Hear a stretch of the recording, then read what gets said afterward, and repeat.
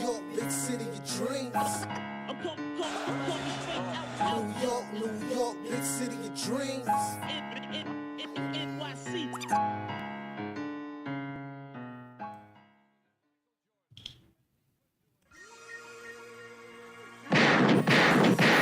What's going on? This is JEllis from the Knick Of Time show. Here giving you that Knicks talk just the nick of time. And it's time to talk about the upcoming matchup, Knicks Pacers. All right, the Knicks and the Pacers will be matching up tomorrow on Monday. And we're going to talk about it with a few guests, man. A few famous guests, a few guests doing some big things in the community. So I'm going to introduce you to my guys. All right, so let's do it. First and foremost, I'm gonna introduce you to one of the guys from the YouTube channel down the block. All right, it is my man George from Into the Knicks Verse. What's going on, George? What's up? What's up, JEllis? Thanks for having me on, man, with this incredible panel. I've been looking forward to it. Looking forward to talking Knicks. So this is going to be an interesting series coming up. I'm lucky to be here to listen to you guys talk. That's so sweet, George. We like hearing you talk too, George. George knows his stuff. George knows his stuff. Yeah. Well, I do solo so much that it's nice to be on a panel. Yeah, I listen. I understand. Sometimes you just want to shut your brain off and just answer questions. Totally. I get it. I get it. As a guy who runs it, I get it. All right. And of course, shout out to our guys down the block, a little closer. Morning Brew in the building, doing good things in the Knicks community. And first, I have to introduce you to my man Hector, sitting right next to George. What's going on? What it do? Salute, Jay. Always appreciate these conversations. Thanks for inviting us on. When I got the text message last night, I was on the phone with Soso planning our watch party, and I jumped for joy. I was like, yes. Going to be on with Jay and the folks. Going to be able to talk some Knicks basketball at KOT. Yes. And a pleasant surprise. Uncle George is here. Shout out to George. Been a big fan of his work for over the past couple of years. You guys as well with the Knick of Time show as well. So appreciate this convo. Absolutely. Enjoy both of you guys do. Both of you guys do really good work. And of course, you already know, my man. This is my dancing buddy, man. This is my dancing buddy. I met him. He be like, yo, JEllis, we got to do a collaboration. I love him, man. That's my guy, Jigga. What's going on, man? The Jigga man.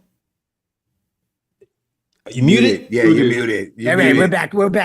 I thought I was taking the night off, George. So much so I didn't press a single button, bro. I didn't even turn my microphone. But Hector, don't lie, bro. We were on the phone together, but Hector was like, KOT. I was like, duh. I was like, we don't even have to say yes. Like, the answer's always yes. And then George being here, Ryan, Ebbs. I'm excited, guys. Rangers are kicking some ass, and we're about to talk Knicks before the game tomorrow. Oh, yeah. All right, I'm done. I'm sorry. Go ahead. Let's talk. No, you good. We like the energy here. We the energy pot over here. Trust me. We do we outside. We do all that, the gunshots. That's what we do. We do that. So you fit right. I'm waiting for my first KOT gunshots. I haven't heard them yet. I'm just saying. Introducing Jigga. There you go. Oh man, you already know. It's the man, the myth, the legend, the guy with the stats and the facts. Ryan G's in the building. Just glad to be here with everybody. Appreciate everyone's work here who's on the show tonight. And yeah, I'm ready to talk Knicks basketball. Yeah, and you already know our XD1 baller, our girl, Ebony. What's going on, Ebs? How y'all doing? I'm excited for today's show. Definitely am. It's going to be a goodie. And my son took my prop, so I didn't have the sniper, but I got the Thor hammer. The Thor hammer. That's the defense that we're gonna play. All right. Put the hammer on. Is that Thor's hammer? Or is that a Minecraft hammer, Well, Ebony? my son said it was Thor, so we're gonna go with him. We're going to okay. It's Thor. Bringing that thunder and lightning when you play the Pacers. All right. Exactly. And shout out to my guy Lee Escobedo, who is but not out. He has a toothache. He's recovering, but he should be back. But he is in the chat giving us all the love. So shout out to him. Yeah, hey Lee, make sure to ask JEllis why I said you didn't show up today after the show's over. Right? yeah. Happy Cinco de Mayo, Lee. Happy Cinco de Mayo. Happy Cinco de Mayo. For real. But let's tequila. Yeah. Let's get to it. Knicks versus Pacers is up. Second round loading. It's gonna start tomorrow. And listen, there's a lot of history, a lot of bad blood here. The Knicks and the Pacers, they met each other in the playoffs plenty of times. I think 6 times in the 90s, where the Knicks played the Pacers with Reggie Miller and these guys. Has been close game after close game during that era. That type of magic and hatred isn't quite there, but it might be there a little bit for Knicks fans just because of the Haliburton, Jalen Brunson all-star comparison. Then Haliburton kind of taking offense that Wally Zerbiak called him a fake all-star. So even though it doesn't have that long history from the 90s, there's still like a new brewing, a little bit of rivalry just because of that little bit of exchange. And you could tell that Haliburton had a little bit extra on it when he plays the Knicks. Also, you have to really consider that the Knicks did pass on Haliburton. And I don't think he ever forgot that. And I think that's another reason why he kind of plays with a little bit of extra edge when it comes to the Knicks. So it's not quite the Reggie Miller villain role, but he's building into that because of, let's just face it, the way they play, 1, and 2, they're a cocky young bunch. You know, the young guys coming up, they peacock a lot. They talk a lot of trash. And Tyler Haliburton is no different. So this is going to be interesting. There's not going to be, we don't have to be motivated to get up for this one because we want to get to the third round, but also there's a lot of trash talk that we need to stomp out. All right. So let's get to it. I'm going to ask you guys some keys to the games and where you feel like we should do well to beat these guys. And then we'll start the conversation from there. And I'm going to start with my guy, George from Into the Knicks Verse. Like I did that, right? You mean the one who said That was good. Listen to what other people said? Yeah. All right, man. He's like, I'm supposed to go last. He said, I was going to ask. I'm going to start off. I see since he was right next to me. I was like, you know what? He's a guest. He's right next to me. In the order, I figured I'd just start with George. So, George, I'm going to just start with you. I'm just give me one key to victory for these Knicks, and we'll just take the conversation from there and expound or disagree or whatever. I think the key, well, I mean, there's the obvious keys. You know, I don't think you're looking for me to state the obvious ones, but I will say, I will put one out there that's not so on the nose. Okay. I think the team that wins the fast break points battle is the team that's going to win this series. And you'll be shocked to hear that the number 1 team in the playoffs so far in fast break points, we won't be shocked to hear who the number 1 is, but you'll be shocked to hear who the number 2 is. Number 1 is OKC, 17.8 points per game. Number 2, the New York Knicks, baby. Let's go. Gunshots. 7 points per game. Sorry, I shot it in your ear. Sorry. No, you're fine. Oh, okay. 15.7. The top 6 teams in fast break points in the playoffs, only 1 didn't move on, and that was the Lakers. The Pacers are in that middle pack, only 11.8 points per game from the fast break. I think that's going to be a key for this series because, you know, everyone says, oh, the Pacers, you know, they're a high-paced team. They're worried about pace. I'm not as concerned about pace in this series. Playoffs are very different. And the other interesting thing is, one of the reasons that I think they cut down on the pace is not to cut down on turnovers, because they were actually the best team in turnovers. The Pacers were. So, and the Knicks were pretty good in general as well. So to me, that's my biggest thing, fast break points. And the key to that is going to be guys like, let's see, pull this up. Miles McBride led the Knicks, 4 fast break points per game. Josh Hart, 3. Brunson, 2.7, DiVincenzo 2.3, and OG Anunoby 2.0. Pacers only have 3 guys with 2 or more, averaging 2 or more fast break points per game. So Josh Hart and Deuce getting out on the break, and that usually that comes off of a steal, a deflection, somebody poking the ball out, or, you know, a nice defensive rebound and kicking it out to the guy on the break. I think that's going to be the key for this team, for the Knicks here. Obviously, the obvious one, shooting, you know, make your threes and all this, but that becomes harder in the playoffs, as we all know. So that's my fast break, my key my X factor here. That's Good point. all right. I like it. I like it. I like it. I don't know if anyone wants to expound on that. I definitely have my thoughts, but I'll let somebody go first since I am not the guest. Yeah, I'll piggyback off of what off what Theo George said, just expand. When you look at the entire defensive metrics, the New York Knicks are second when it comes to points allowed, right behind the Minnesota Timberwolves. When you look at the point differential, the difference between wins and loss between the two teams or the points, the New York Knicks 4.5 points between themselves and their opponent on the night. When you look at the offensive rebounds, the Pacers worse in all of in the entire NBA when it comes to giving up offensive rebounds. The New York Knicks were a top rebounding team, both offensively and defensively. So when it comes down to it, defense wins championships. Defense is the reason why teams advance to the next round. And I'm gonna hang it on. Tom Thibodeau is a defensive head coach. This team is built around defense, and we need to pick apart Indiana. I'm looking at the metrics that you got put up or the stats you got pulled up. What surprises me are the defensive rebounds from the New York Knicks. That's something that we got to clean up. I know when it comes to the offensive rebounds, we were first in the playoffs, but in the regular season as well, top team. Our defensive rebounds is something that we have to keep clean up on. You guys brought up some names: Josh Hart, Mitchell Robinson, Hart. Those are three guys that I look to have big numbers on the rebounding side of the game when it comes to facing Indiana. I agree. All good points. All good points. Anybody else have anything to say about the pace of the Pacers? And Go ahead, Ebs.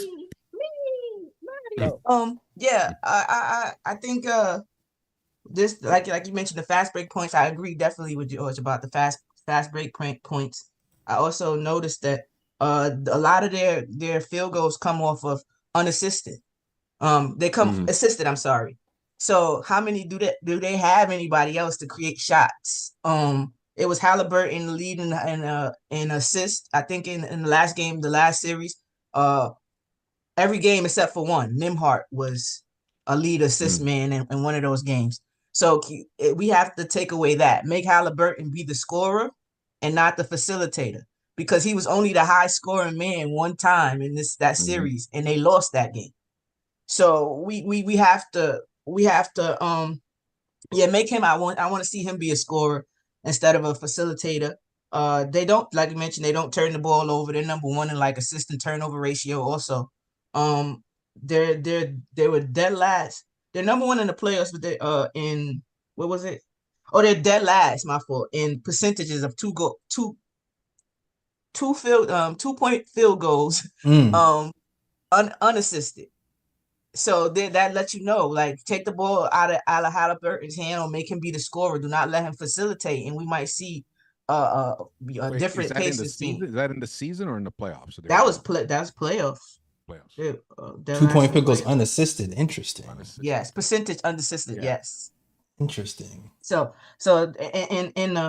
in the regular season, I think they might have been too. I looked that up though. But they don't have many people. Do they have enough shot creators? Is how I'm looking at. You're looking also with the rebounding issue. There in the last series they just played, Obi Toppin was the lead rebounder in 2 of those games. That's all I'm gonna tell you about that. Obi Toppin was the lead rebounder in 2 of those games. Bro. Oh my God. No, almost 6 a game. But shout out to Obi for that. And ironically, their best fast break guy is Obi. So an ex-Knick. Yes. So I think the fast break points with the Pacers are going to be X'd out with the fact that they have to gain rebound with us.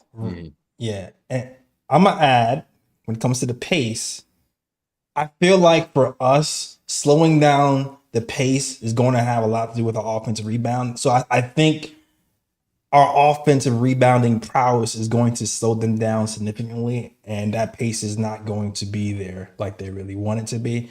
For us, though, we're still going to have to be able to go back and defend off of makes, because they still do run off of makes and misses. So even if we make it, we have to go back and defend.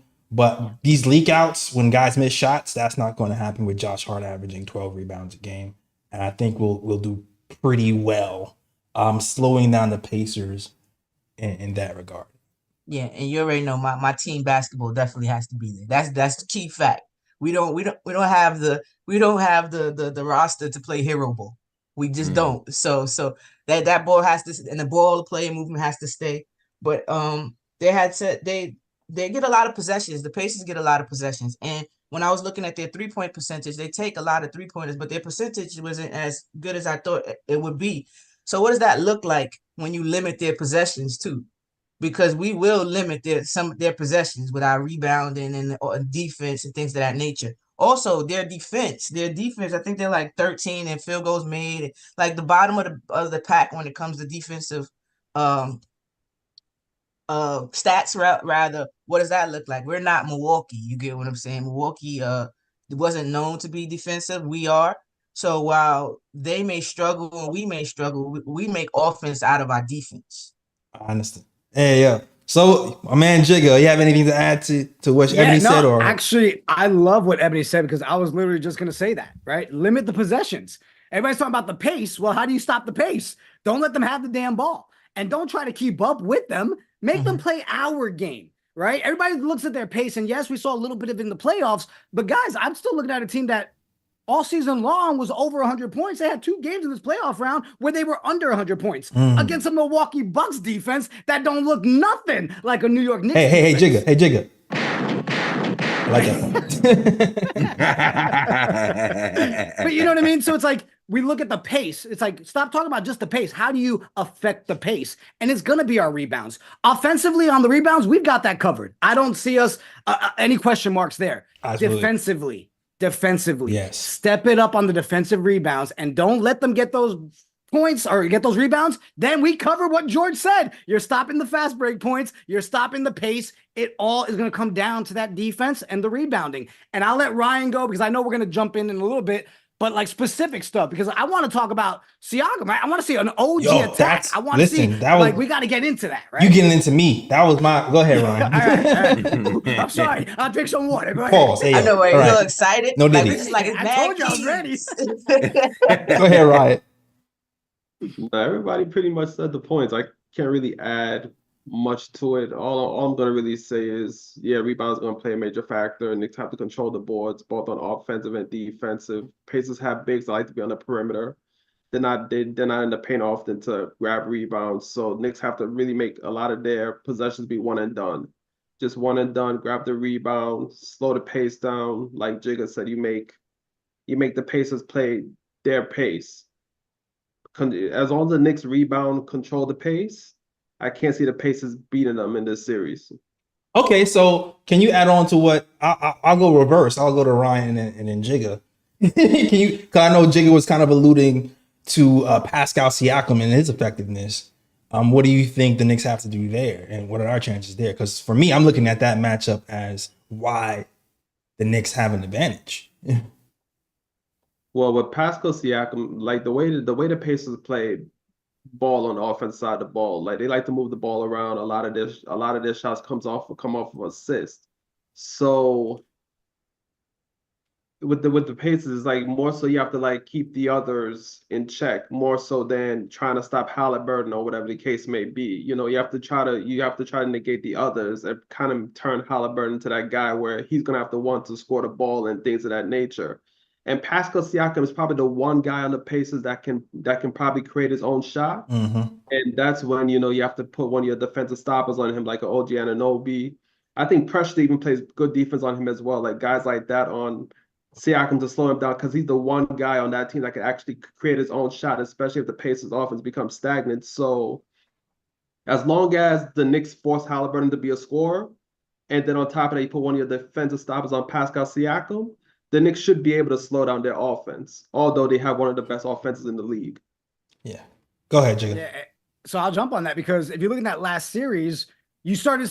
What I don't want to see for us guys is I don't want to wake up with an extra hate with names like Nembhard, McConnell, Turner. Like, I already hate them. I don't want the extra hate. All right. If I have the extra hate, it means we freaking failed somewhere. Right. And what I mean is, if you don't lock down Siakam the way he does, because you said he makes his own shots, But when you put that attention on him and you don't give him that defense, that's when Turner looks like a stud. That's when Turner starts draining threes. And we all know how people get in the Mecca, okay? They all want a name, okay? And that's why I said, if I wake up and I got annoying-ass McConnell on the brain, we did something wrong, people. But I think OG and Precious, they know their boy. They got they got that familiarity, okay? OG lock him down, and then, oh, hey, let me give OG a break, and all of a sudden we see Monster Precious. That's how you lock down Siakam. And like you said, Ryan, if you force Haliburton, they're not the Sixers. They don't have the other pieces that can just rely on an Embiid and a Maxey. They all will have to step up. There's not that one guy. Lock down Siakam, make Haliburton do it. We don't have to worry about Turner and all these other guys. Yeah, I agree. Especially because Haliburton has not been scoring. His numbers are down, bro. 16 points per game from 24 points a game. And his 3-point percentage has plummeted since he's had that calf injury. So us having that high pressure of going over screens all the time might not be there. So we have to keep an eye on that. I think we have a good shot of really putting our foot on his team's net because of that matchup. It allows us to kind of stay home. And Ebony mentioned earlier, they were top of the league in the playoffs in unassisted twos. If the only guy who can create is Pascal Siakam, I would have to assume that's the guy who's leading that team in unassisted twos, and we have one of the best on-ball defenders in the NBA on him. It kind of helps us. It kind of leans right into our hands. It kind of forces somebody else to have to beat us. So it's looking really good from a matchup standpoint for me. Big facts. Yeah, go ahead, Ebony. Me too. Facts. I think what this 76ers series really prepared us. We seen our players seeing different defenses. They went against great defenders, long pause, no diddy. They went against those type of defenses, and they just it's different. The defenders here are different. So they gave Dante an issue until he figured it out in Game 6. Right, took him a while to figure it out. He finally gets it in Game 6. But the Pacers really don't have those type of defenders to disrupt all of our role players like the 76ers did. Yeah. I think our role players have a more consistent big games this series. I think you see Dante with a bigger impact. I think Josh Hart is going to be huge. Just off the rebounding and things of that nature. I think iHeart does iHeart things this series. He doesn't have to contend with the Embiid. Myles Turner is really not trying to put you in a post like that so much. So, I think, and then we have the two Toronto Raptors who know Pascal very well, and they defend the Pascals very well. Like that's they're the type of people they want to defend. So yeah, I like this matchup against the Pacers. I don't want to be over cocky, but y'all know Spider-Man told me. If you've been following the KOT show for a while, you know what Spider-Man Toby means. You already know. Spider senses was tingling, and that tingling was a championship tingle. So all right, that's what she means. She had a premonition. You should have dreamed. Spider-Man told her she was winning the chip. And with Brunson, who's going to guard him? Is it going to be Nembhard? Nobody. Who is guarding? Who is stopping Brunson? That's what I want to see. But I just don't. I think they realize they can't stop him, and they might just do what we did to Embiid. Okay, the one-on-one coverage, let him be hero ball, like kind of what happened Game 5. It didn't work out for us, So we have. So Ebony, I don't mean to cut you off. So do you think then, because you said like who's covering Brunson? I don't think anybody can cover Brunson, right? But strategy wise, you would figure you're going to see a lot of Nembhard and McConnell, right? To be annoying as shit and just give us that full court on Brunson pretty much right out the gate in this series. Am I wrong? Yes, I think so. Yeah. I don't think they double him. I don't think that's suicide. We'll see. Yeah, we'll see. But I just don't think they have enough defense for us, to be honest. Go ahead, Hector. Yeah. A team that can't defend is a team that shouldn't be trying to switch or double team and trying to stop Jalen Brunson, because maybe one or two guys are going to be open. When it comes down to the matchup, you guys said it perfectly. Make Haliburton become a scorer. We cannot let Haliburton have 10, 15 assist games a night. That's if we want to beat Indiana in a 7-game series. That's one thing we need to focus on. When it comes to the pick and roll defense for the New York Knicks, since his 3-point numbers have been down, you pointed out perfectly with that calf injury, a lower body injury like that affects the shooter trying to go up and down, shooting at a consistent base. Haliburton already had issues with his shot because his form is off. He doesn't have the perfect form. So you add in a lower body injury, it's going to make it harder for him to score from the 3-point line. So if they're running that pick and roll, the perfect way to defend it is back up. You don't got to be up on top of him. You don't got to fight through that screen to try to stay with him because you're scared he's going to knock down that 3-point when he's open. Just back up and make him try to drive to the lane or make him shoot that shot like Philadelphia did with Josh Hart. Until he shows us that he can hit that 3-pointer consistently and we got to respect it, make him a shooter. Back up off of him. Treat him like his name is Ben Simmons. That's all I got to say with that. When it comes to Siakam, it's a guy that when he first bursted onto the scene, and he was a big name in like fantasy basketball and fantasy leagues and stuff. And then in Toronto, you saw, okay, maybe they have something with Siakam. He never took that step to show you that you could run your offense directly through him. Mm-hmm. So if you have offensive questions already with Tyrese Haliburton, and then you got his Robin is a guy who can't run the offense by himself through him, I think the Knicks, they have to make those guys beat us. You can't have your TJ McConnells. You can't have your Myles Turner. Your Turner. Those can't be the guys that beat us. Make sure it's Siakam and make sure it's Haliburton. And I just want to say one thing. Philadelphia, they tried that cute shit with Buddy Hield, but he only showed up for one game. Okay, so that's all I want to say. Don't even give him credit for a whole game, all right? Let's be honest. That guy had a couple of minutes, all right? Sorry for the F-bomb. I apologize. Sorry. Look, we forgot how to guard him. Yeah, we did. And all the 76ers. He ain't played so much, we forgot how to guard him. Yeah, man. And the 76ers, I'm sorry, that coach, that not playing Buddy Hield after he lit us up for a whole third quarter was a coaching mistake. That was a huge coaching mistake. 76ers want to complain. 76ers fans want to complain about foul calls. Y'all coach did not play that hand well at all. Just in my opinion. What's the guy from Milwaukee, Marjon? I can't say his last name. Oh, hold on. Oh, God, Ebony, I feel some type of way because he has the same last name as me. His name is Marjon Beauchamp, right? And what's funny, back in the day, it was JEllis and CP was on a show. One of the first time that I ever caught them, and I was in the chat with Hector Beauchamp as my screen name, and JEllis and CP, they said it perfectly without messing it up or anything. And here we 2024, Ebony's butchering my last name. Oh, no. On the internet. Thank you, Jay, bruh. Thank you. That's me every day. Me and Clyde we got that in common. I can't say nobody's last name. Ebony, you have no idea. I am so happy Marjon Beauchamp is in the game because I could play 2K now and I could create a character and my last name is finally in a 2K game. For years, I had to suffer and just go through Champ being my last name. Now I got Beauchamp. Okay, Champ. Winning. Good shot, Champ. Nah, you don't want to hear me say Ryan name. I can't. I was glad he got traded because I ain't got to say it no more. You get what I'm saying? Too funny. I butchered that name. So,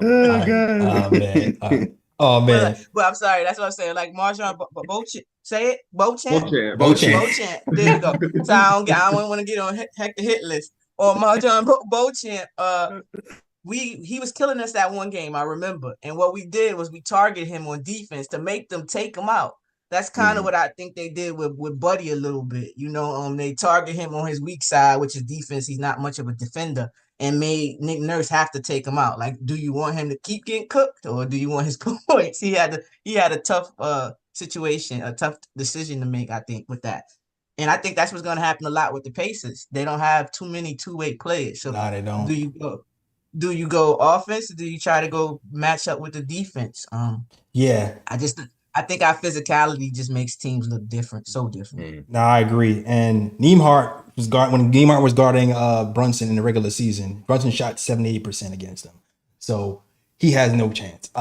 They might have to send help at some point if they're going to keep going single coverage because Brunson cooks that dude. Like barbecue chicken for real. All right. George, do you have any new keys or you want to add on to anything else to say? I think the guy who is going to be a problem, it's going to be a pest for us, is TJ McConnell. Mm-hmm. He's a decent defender on Brunson. Decent. I think he's going to play a lot more than people expect in this series. Because Carlisle, he's no fool. He's not gonna be like Nurse and forget about his, a Buddy Hield who's hot on the bench. He's gonna keep going back. If we can somehow make him look ineffective, then he'll sit longer stretches. We never want him to start feeling comfortable to catch fire because he's a momentum guy. And he's also a high energy guy. And then the other guys feed off of that and they start feeling looser. And that could be a problem for us. We saw it in the regular season. He hurt us, and he's hurt us for years. Yeah, he cooked Deuce. I was shocked. Yeah, right. So I think he's going to be a problem. Not sure, like what exactly to do about him, because you can't scheme to stop a guy like that. I think you're going to waste a lot of time and energy. You just hope that he just doesn't hit his buckets. And he doesn't get past Deuce, turn the corner on him. And if he does, hopefully, now we got Mitch back, and we also have OG, because OG never played against the Pacers for us this year. I looked that up. He never played because I was like, wait. No, he never played. George Mitch either, right? And Mitch either. Yeah, Mitch, I think one game. Maybe? Yeah, I don't think Mitch either. Yeah. So those are two of our best defenders right there. They didn't play against the Pacers. So Pacers have no idea what's awaiting them in that respect. But definitely McConnell is a guy to keep an eye out for. He's got that kind of Josh Hart kind of vibe to him. He's a hustle guy, and the other guys feed off of him. So I think if we can make him a non-factor, that would be a really big key for us in this series. You want to make sure he's not being annoying, because we know he can be. We know he can be a nuance, right? He reminds me so much mentally when it comes to like how I feel like Kyle Lowry, right? Just that annoying, constant there. Nothing against his game. We just know what he can do. So again, that's why I was saying earlier, if I wake up hating him even more, it's because he was doing what he does, and we have to stop that from happening. Wasn't it on the episode of the Roommate podcast when they were asking each other who are NBA players that you could beat up, and Josh Hart was like, yes, out of TJ McConnell. I think that was telling. when you look at his last 4 games against the Knicks, TJ, I'm gonna just say this right quick. On the last game he faced us, 18 minutes, 16 points. He was a +6, 80% from the field. So before that, 12 minutes, only 5 points. He was a -5, but still 66% from the field.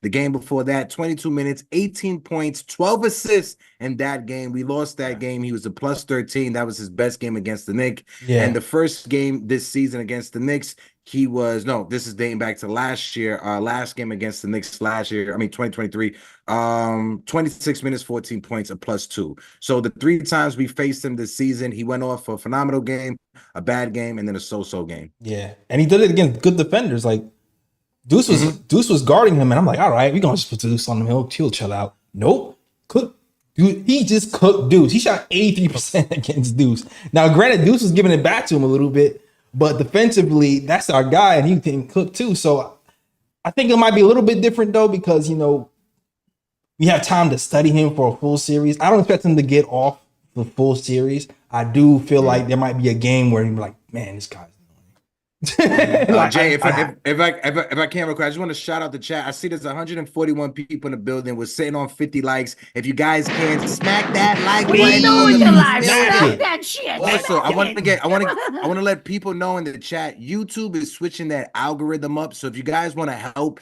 and support the content creators and help get their content pushed out, if you see on the bottom that heart, smack and just keep on smacking that button because for some reason YouTube wants to be the new TikTok. So they're not doing the likes and the shares anymore. So if you guys can just smack that heart that's right there on the bottom, just keep smacking that. It helps get this out to other fans that want to join the conversation. This is a new thing YouTube is doing over the past month. My fault, Jay. No, I appreciate that. Hector, you put me on the game. I didn't know. YouTube switches up their algorithms every month. So it'd be hard to keep up with what's happening. There's something they're doing over this past month. They're trying to become the new TikTok because that TikTok ban is in effect. Trying to get the extra stragglers.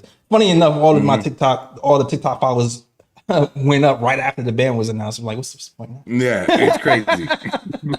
Like, what's the point? TJ McConnell is on my role player all hate team. The ones that you just can't stand. TJ, he there. Definitely. Oh yeah, he's on that list.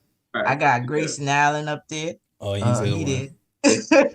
He We went up. got to get him in foul trouble. That's the only thing. Yeah. We got to like go after him when he comes in the game. I think Brunson puts him in the post when he's guarding him. That would be nice. No, I agree.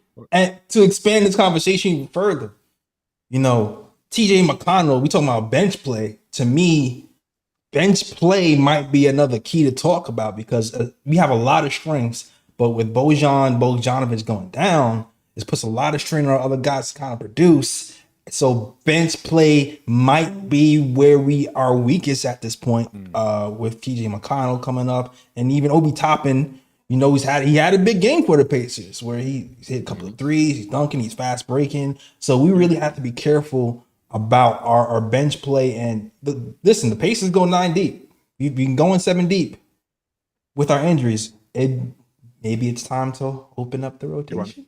Yeah, okay, we're gonna talk about that. A little bit. Yeah, man, I was screaming at the TV for a while there. I was like, "What are you doing, Thibs? Where the?" I don't. Can I curse on here? I don't know. I curse on my channel. You can. It's past the 5-minute mark. I don't think it'll get flat. I won't get demonetized. Precious, you know. And it almost cost us, man, but it didn't. So that's the thing. I don't know. To me, it's the biggest mystery. Is Thibs going to open up the rotation, go 8 deep, basically adding Precious? It makes sense, right? I mean, it's his former teammate Pascal, who he has defended him well, and I think they even and OG even talked about it that in practice and stuff they didn't always like face each other, but they did have some drills together. As one was the defender, one was the offensive player. So I think, man, I think it's essential that he expands the rotation to basically guard against exhaustion. Yes. You know, just try and just not lose those minutes. Hopefully you could win those minutes, but even if you are losing those minutes, it's going to help you win the starters minutes, right? Because you're not exhausting your guys. And that's, and I get what Thibs was doing because, the Sixers are a much better team. I hate to say it than the Pacers are. From what I saw, I got to shout out to them, man. They played a hell of a series. Hell of a series. They just ran into the Brunson burner. Yes. And they got scorched. That's what it took. It took a legendary performance by Jalen Brunson to send that team home. So, shout out to them for that. But in terms of it almost cost us a game. And I think in essence, it did cost us game 5. Those mental mistakes. Brunson had nothing. He even said, he was like, he didn't say foggy, but he said something to that effect in the overtime. Remember that play? Like he tried to throw it to Hartenstein. Yeah, you can see it. Yeah, you can see it. He admitted that it got to him, and that comes from fatigue. That comes from overuse. So that's not so much that the matchups and this and that. Just that for that alone, is a good reason to expand it to 8. You know what, George? There's 2 things though that I count to the fatigue. There's one is definitely the minutes played, but 2, it's the type of minutes you play. Because Brunson played a lot of minutes next game, but he wasn't as fatigued, and I think he did a lot better job of utilizing his teammates a lot more. So he wasn't on ball as much too. Yeah, so you're not on ball as much. Dante initiated the offense. Hart initiated the offense. Even Deuce as well. I even saw the ball in OG's hands in that last game 6, and I think that was an adjustment that the team made, and maybe Brunson himself. Who knows? I don't know how that it works there. Just with Thibs, but that was definitely an adjustment. That's a great point. I did see that adjustment. Yeah, I felt like Ebony wanted to say something. I'm reading body language. Sorry. Go ahead, Abs. Yeah, I agree. I definitely agree with the fatigue. And it was the reason we lost. It was a point where we were doing very well on Embiid and Maxey, and that was in the beginning of the game. The first half or whatever. Even parts of the third quarter, we were doing well in that game 5. We were doing supremely well on both of them, and it just became our rotations became late. Defensively wise, we were rotating.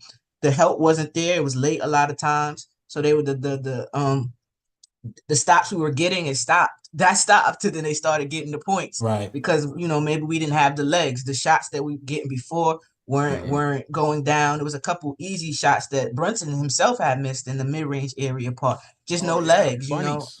you know. Yeah, missing bunnies. Yeah, so yeah, I agree. Just to open up the rotation with that. And again, we have people who can play, you know, Precious. I make fun of Alec Burke and say his situation is desperational. But We desperate? yeah, desperate. Now you know how you say situational. No, I'm asking you. Are we desperational? Oh no. Do we break don't open know Alec yet. Burke's glass? Yeah, now we might need a jump shot or two. I think this series for him will be perfect. You know, Pacers not playing much defense. You get what I'm saying? They're not playing much defense. And also you're not having many people shot create unless you holding Siakam or Haliburton. We know he's not holding either one of them.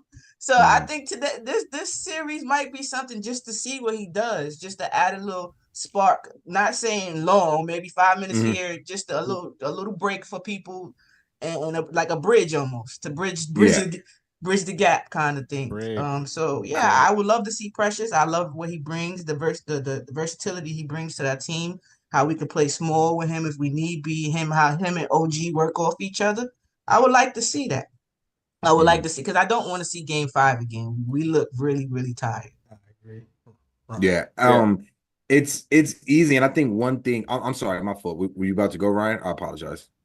No, I just wanted to just throw in something right quick. But yeah, like Ebony pretty much said it. Like, I know because okay, so for example, I know inserting pressures in the 8-man rotation would probably be ideal for this series, especially on the defensive side of the ball. But at the same time, I want the Knicks to maintain the spacing on the court as well, because as you saw in the regular season, you know, when you put pressures out there with Mitch or pressures out there with Hart, it kind of shrinks the court a bit for the Knicks, and teams are able to throw double teams at Brunson because they're not scared of pressure shot or whatever the case may be. So I still want the Knicks to maintain some type of spacing on the court and have pressure out there at the same time. And I agree with Ebony. This might be the series where you actually try Burks a bit to see what Burks can do in a series, just to maintain that spacing. You know, have another jump shooter out there that can actually knock down shots. You know, they have to respect his shot, maintain the spacing on the court, and then you know, you don't have to play in major minutes. You're just playing for, like, you know, like Ebony said, like maybe 5, 6, 7, 8 minutes just to get guys some rest and things like that. So while I do think pressure would be ideal in situations as well, I think Burks would be ideal as well. And I think it's just up to Thibs just playing around with the lineups a bit, trying to make it to a point where it's like, okay, you know, I can use pressures, but how do I maintain the spacing? Or, you know, I could throw Burks out there, you know, how can I get the best out of Burks and things of that nature, and, you know, and just place the right guys on the court at the same time. I think if Alec Bricks sees any minutes, we in trouble. I was gonna say, if he was to see some minutes, you know, I think Tibbs, if he's smart, it would be on the road. Don't have him play any minutes in Game 1, because Knicks fans are gonna boo him when he does his Alex Burks turnover or shoot an airborne 3. But I think the one thing that Knicks fans aren't talking about is the fact that Jalen Brunson, after the first round of the NBA playoffs, he is leading in scoring. I'm gonna take a second to take a step back and hold on. We just get this graphic right back real quick. Is there a gun? I apologize. We didn't have a conversation beforehand, so this is all off scripted. But I appreciate the graphic. Jalen Brunson is leading the entire NBA after the first round of the playoffs, 35.5 points per game, on top of averaging 9 assists per game. Hold up. During the season, before the Randall injury, before the OG injury, Knicks fans, when they were criticizing Jalen Brunson, they were saying, oh, it's nice that he can score 25 points a game. I need to see more assists. I need to see 6, 7, 8 assists. Well, now we're in the postseason where it matters the most, and he is leading in scoring, and he is 4th when it comes to assists at 9 assists per game. I am tired of the entire national media not putting respect on my guy's name. When was the last time we had a New York Knick leading the postseason in scoring point per game? When was the last time that happened? Bernard King. It's never happened. Yeah. I wasn't even in my father's, you know, down there. I wasn't even down there yet with my pops. All right, George? Yeah. You weren't even hitching a ride on the sack. Yeah, you're hearing Brunson's name stats being compared to Jordan. Like, Brunson is like the first player to score 40 points, 40-point games in the playoff after Michael Jordan. It's like, what the hell is happening right now? We got, and then you hear all that, and then you'll hear these pundits, and they're like, well, we still don't believe you. I'm like, what? Like, come on. Like, are you serious? This man averaged 40, and y'all still just like, hey, I want to see more. Like, I don't get it. Broussard, you know about Broussard? That was embarrassing, man. Yeah. I was shocked to hear him. Whatever, he's a whatever guy. Once in a while he says something interesting or whatever, but I've never heard him say something as ridiculous as that. You're yeah. For like, what more do you want? What more can I say, damn it? You know what? Let me get back to something else too. All Jalen Brunson praise, he deserves all that. I want to get back to something Brian G said about the spacing, and why am I having a brain fart right now? Not Pascal's, the Precious Achiuwa. Thank you, Ryan. The spacing is a legit concern, but I seem to remember a specific time during the 76ers Knicks game where we went small and it worked. Yeah. Here's the thing though. We have two legit big men in Hart and Stein and Mitchell Robinson, whose minutes might be compromised. But you wonder with the way Precious can guard,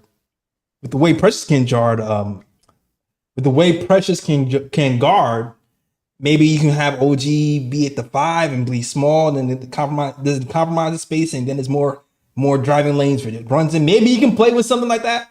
I don't know. Yeah, I think one of the main arguments why we probably will see some Precious minutes is because he's switchable. And with OG, and then Deuce as well. Deuce can switch on just larger guys. We saw him guarding larger guys. And that's going to be key against the Pacers, because the Pacers, even though they struggled shooting in the previous series, we know that they can shoot overall. It gets in the second round. They'll have the first round under their belt. Maybe they'll be a little looser, and that'll be an issue. We'll need to have some size on the perimeter. That was my other thing I wanted to talk about at some point. I don't know how we're doing with the show, but the perimeter defense.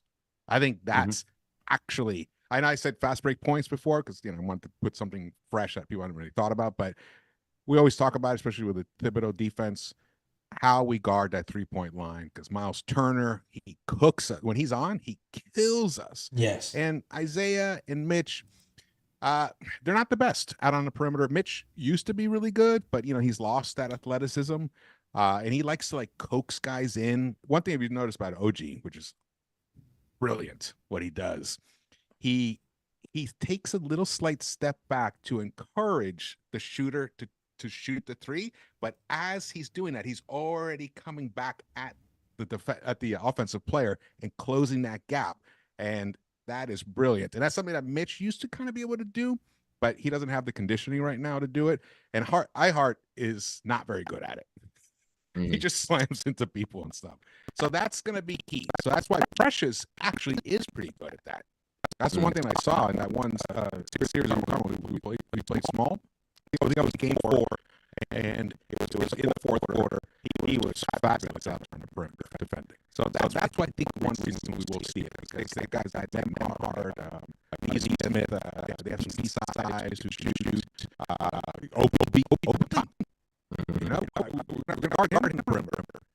And then Myles Turner, if Jalen Smith gets some time on the court, which his role got totally dwindled to nothing. He barely played in that series, but he's another guy. He's 6'10" who can shoot the 3. So that's going to be a thing. I'm fairly confident Carlisle is going to lean into that. He has to.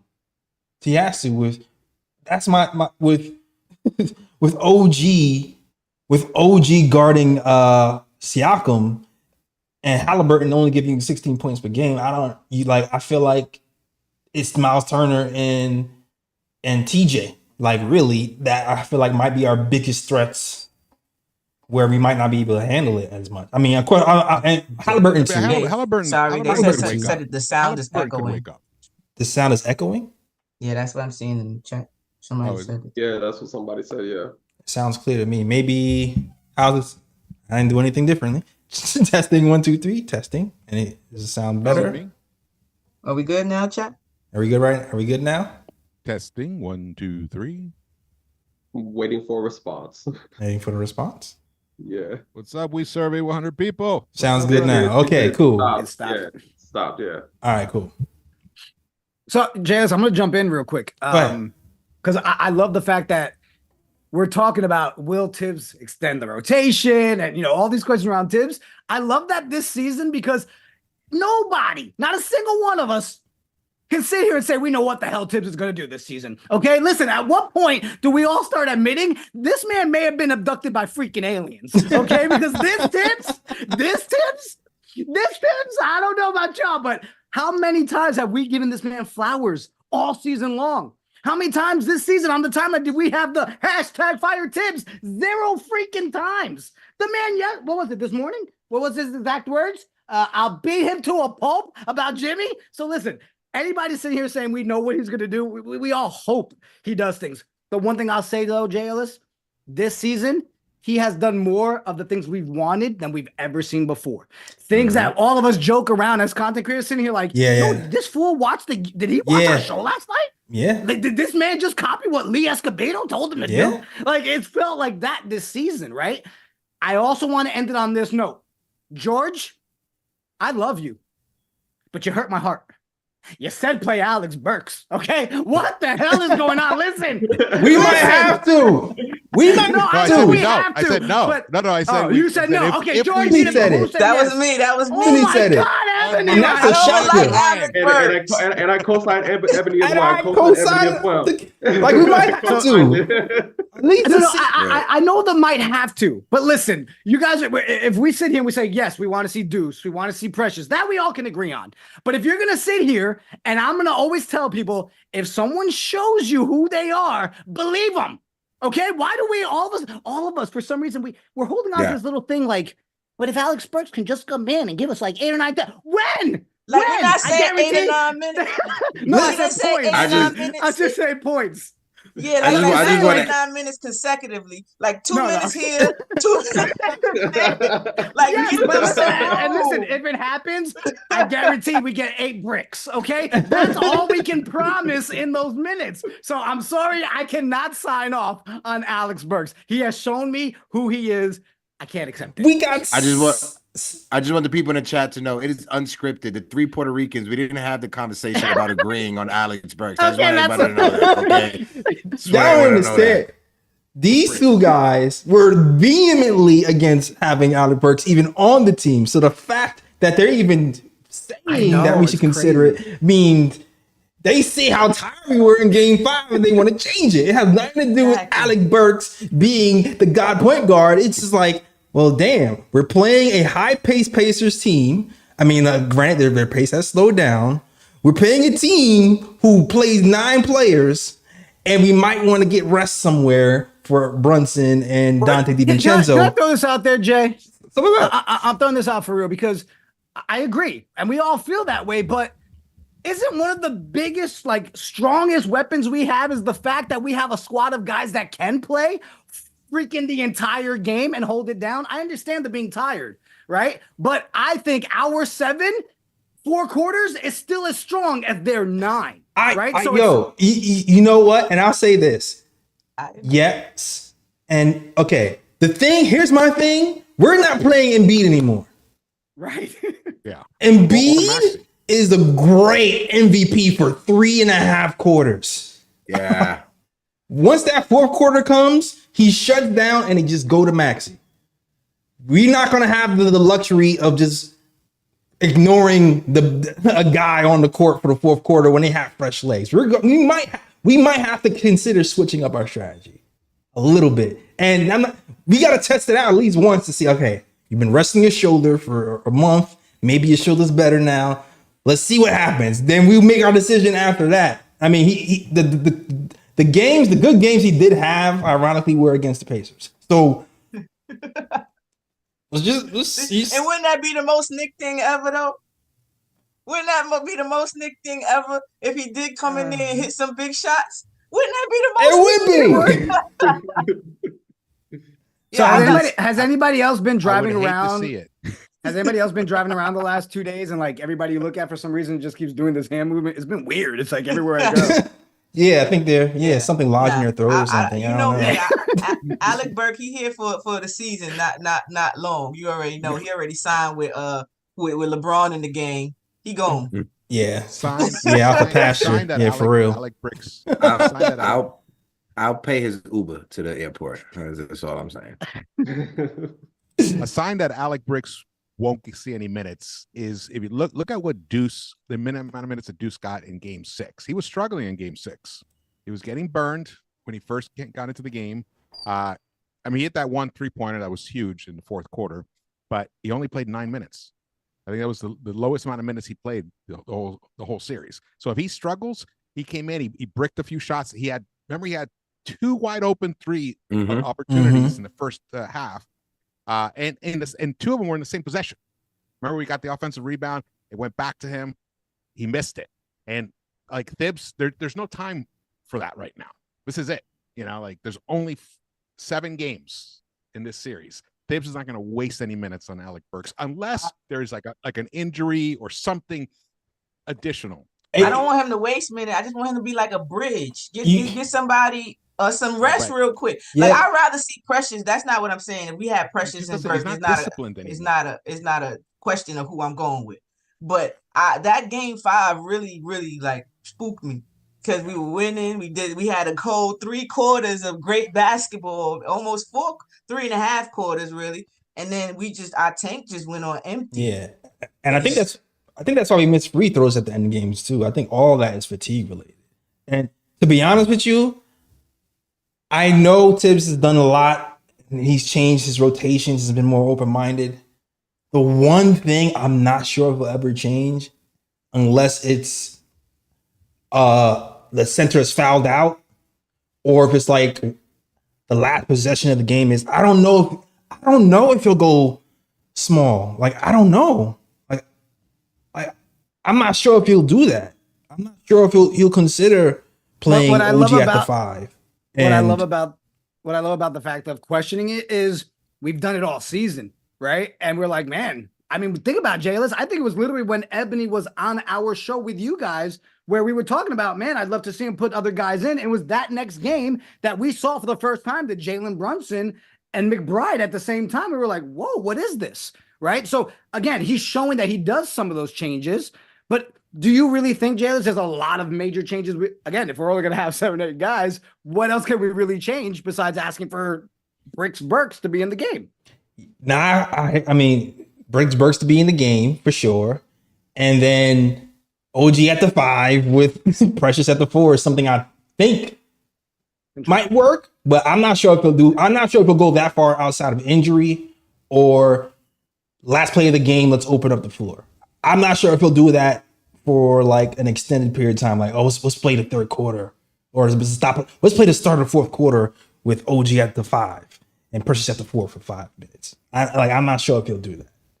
Well, if you guys remember in the closeout game, the last game we played against Philadelphia, OG Anunoby was playing the 5 against Joel Embiid for that fourth quarter, for the last 6-7 minutes of that fourth quarter. So having OG at the 5, it's not out of the realm of possibility because we've seen Tom Thibodeau do that multiple times against Philadelphia. So I could see in the lineup, it was OG with Josh Hart, not OG with Precious. So that's the big difference in what we're talking. But I listen, OG on Turner, Josh Hart or Precious Achua on Pascal Siakam. I don't think that's that much of a defensive liability. I don't think that's much of a overwhelming matchup for those 2 guys playing out of position. I think the Knicks would be fine if they were to go with that in that route. Personally, yeah, I hear you.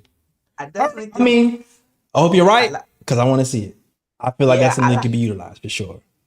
If it doesn't work, don't blame me. That's all I'm Listen, it might not work, but I want to try it.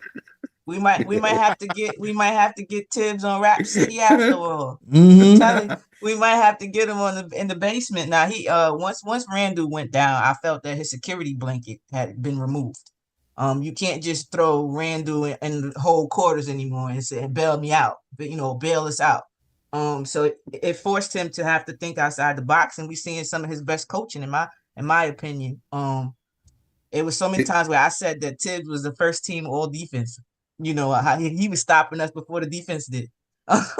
So he's changed that up big time. I can definitely give him his flowers. So I just think we're going to be okay. I just think that we're too physical of a team. I don't know how you get past that with us. I'm surprised, Ebony, that you didn't chime in about Mitch. You know Mitch gonna do his thing. That's it. I ain't gotta talk about it no more. No, because George, I thought, because George specifically said Mitch isn't good at guarding Myles Turner. The Myles Turners in the world. So I was expecting Ebony to be like, nah, son. I must have been looking in the chat. I ain't hear that part, George. Oh, you didn't hear that part. She was talking to Spider-Man. That's why she didn't hear that part, Jay. She have a conversation with Spidey. Right? Nah, Mitch does a pretty decent job on Myles Turner. Myles Turner can't keep him off the glass. That's for facts. And he's, to me, like when I think of Myles Turner, I think of the definition of that Kobe man when he's like, so.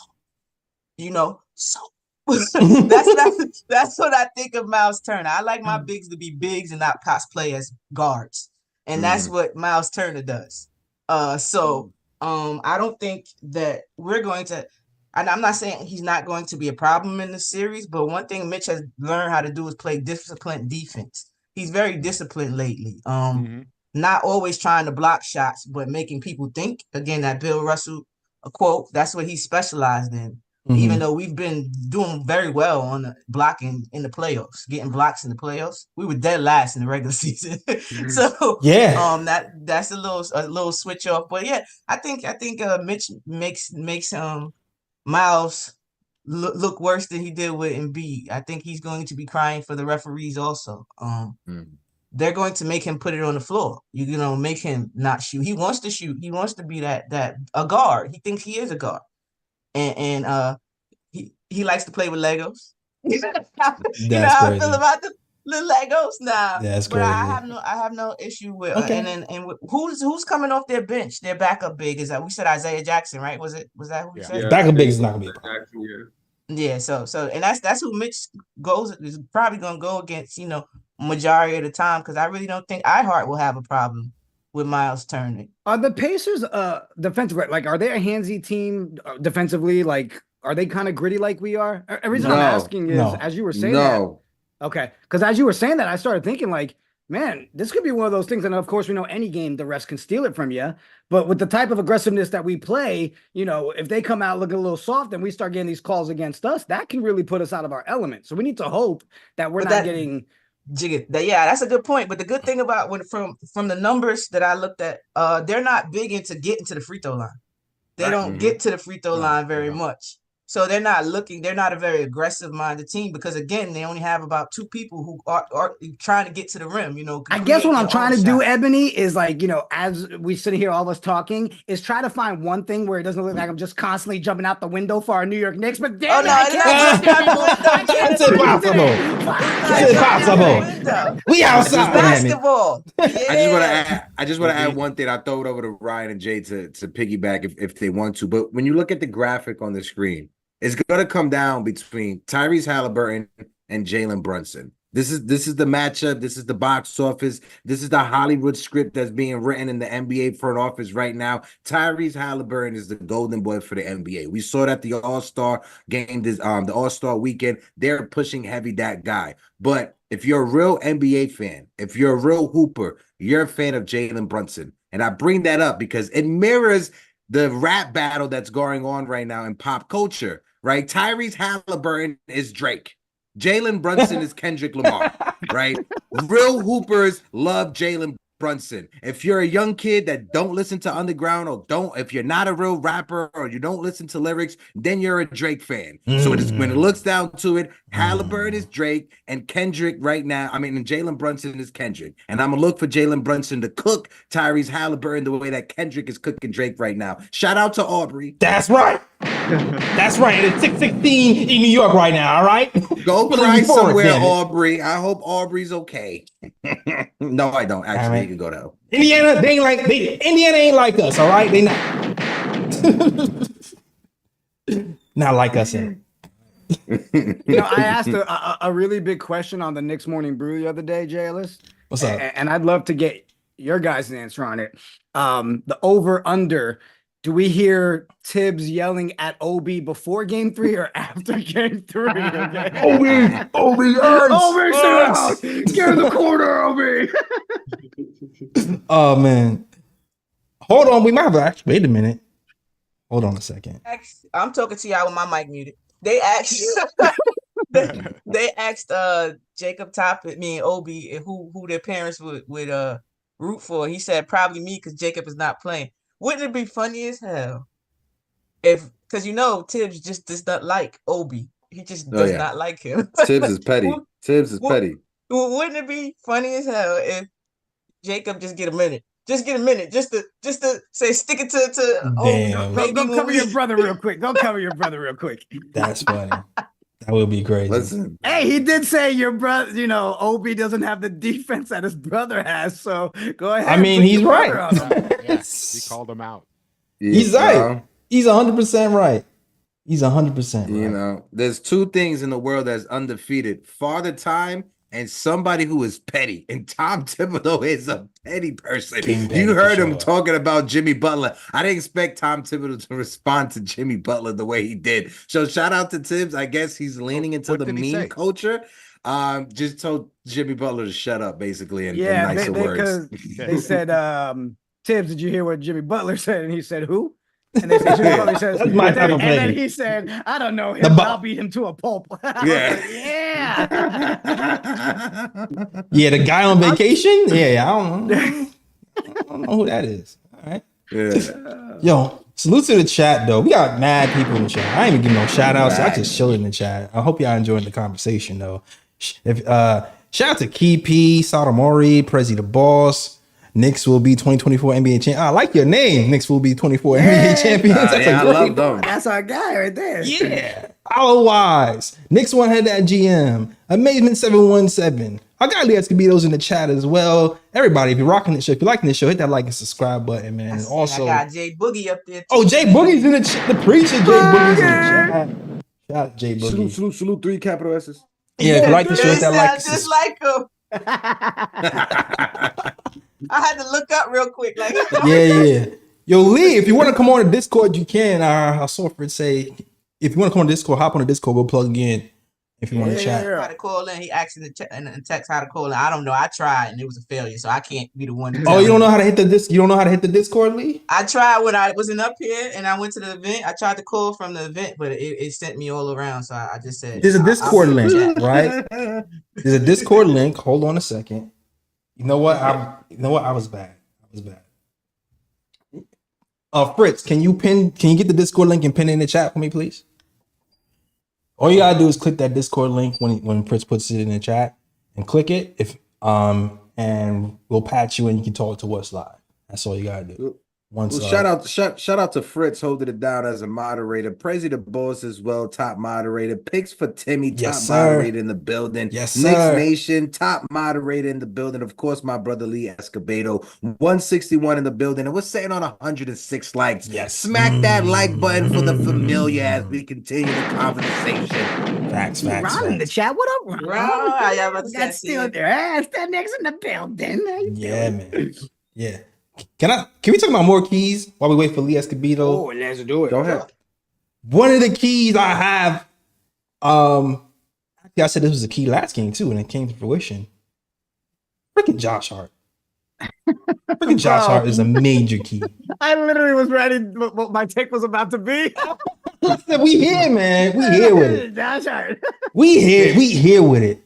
I said before this last series that Knicks Miami rivalry and the way we lost that game, it sat with me for a while because there was two things happening. We saw Josh Hart passing up so many open threes that it compromised our offense. And then we saw Jalen Brunson lose trust in Josh Hart where he just stopped passing him the ball. So you see that one screenshot that's been passed around Knicks Twitter where two people on Jalen Brunson and Josh Hart's at the top of the key and he's not giving up the ball.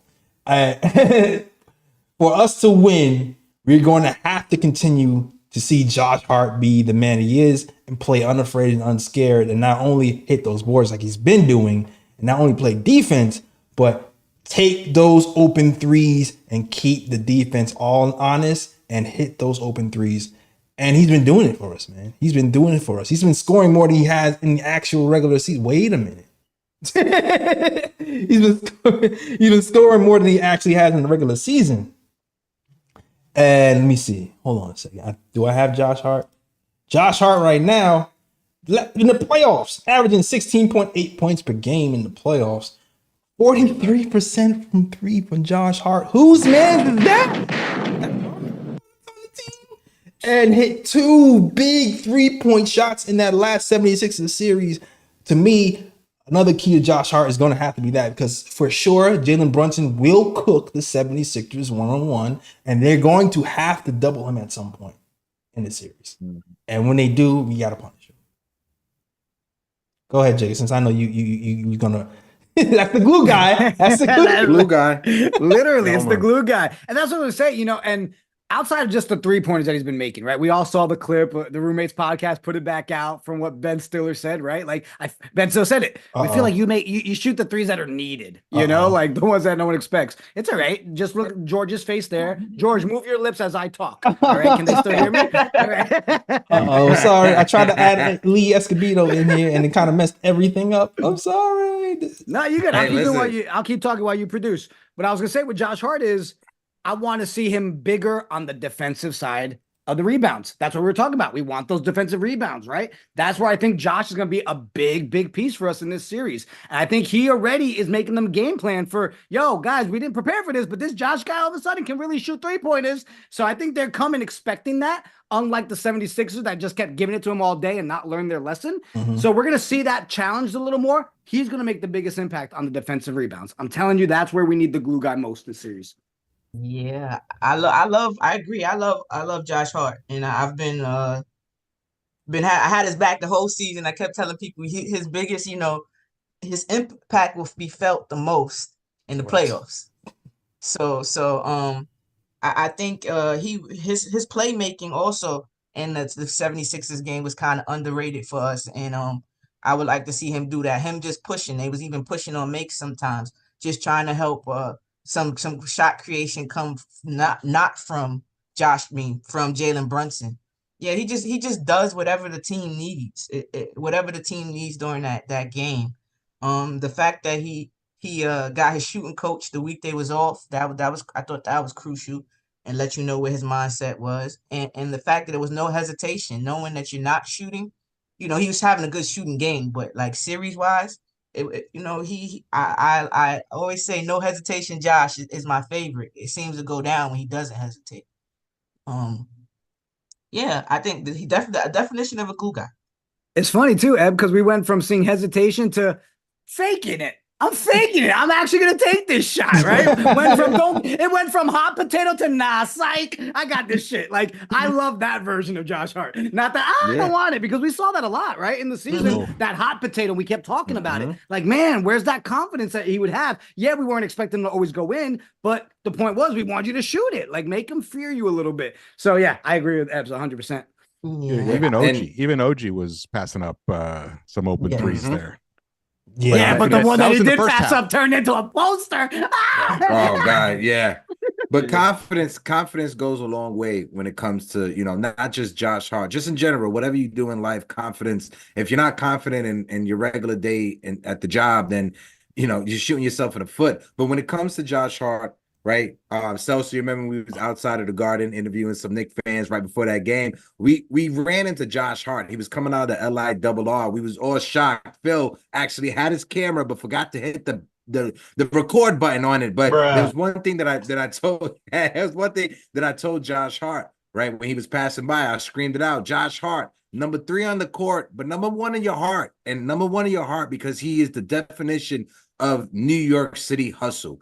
Josh Hart, he embodies that person who grew up in New York City who has to take the A train from the Bronx all the way to Manhattan to go to work. Josh Hart embodies and he represents those that got to go to school every morning and got to get a butter roll or a bacon, egg, and cheese from the bodega as they go to school. Like my friend Chulo growing up, he used to get a jelly on a roll with bacon. No shame to him. Shout out to him. If you know, you know. But that's what Josh Hart is. He embodies and represents the grit and the grind of New York City.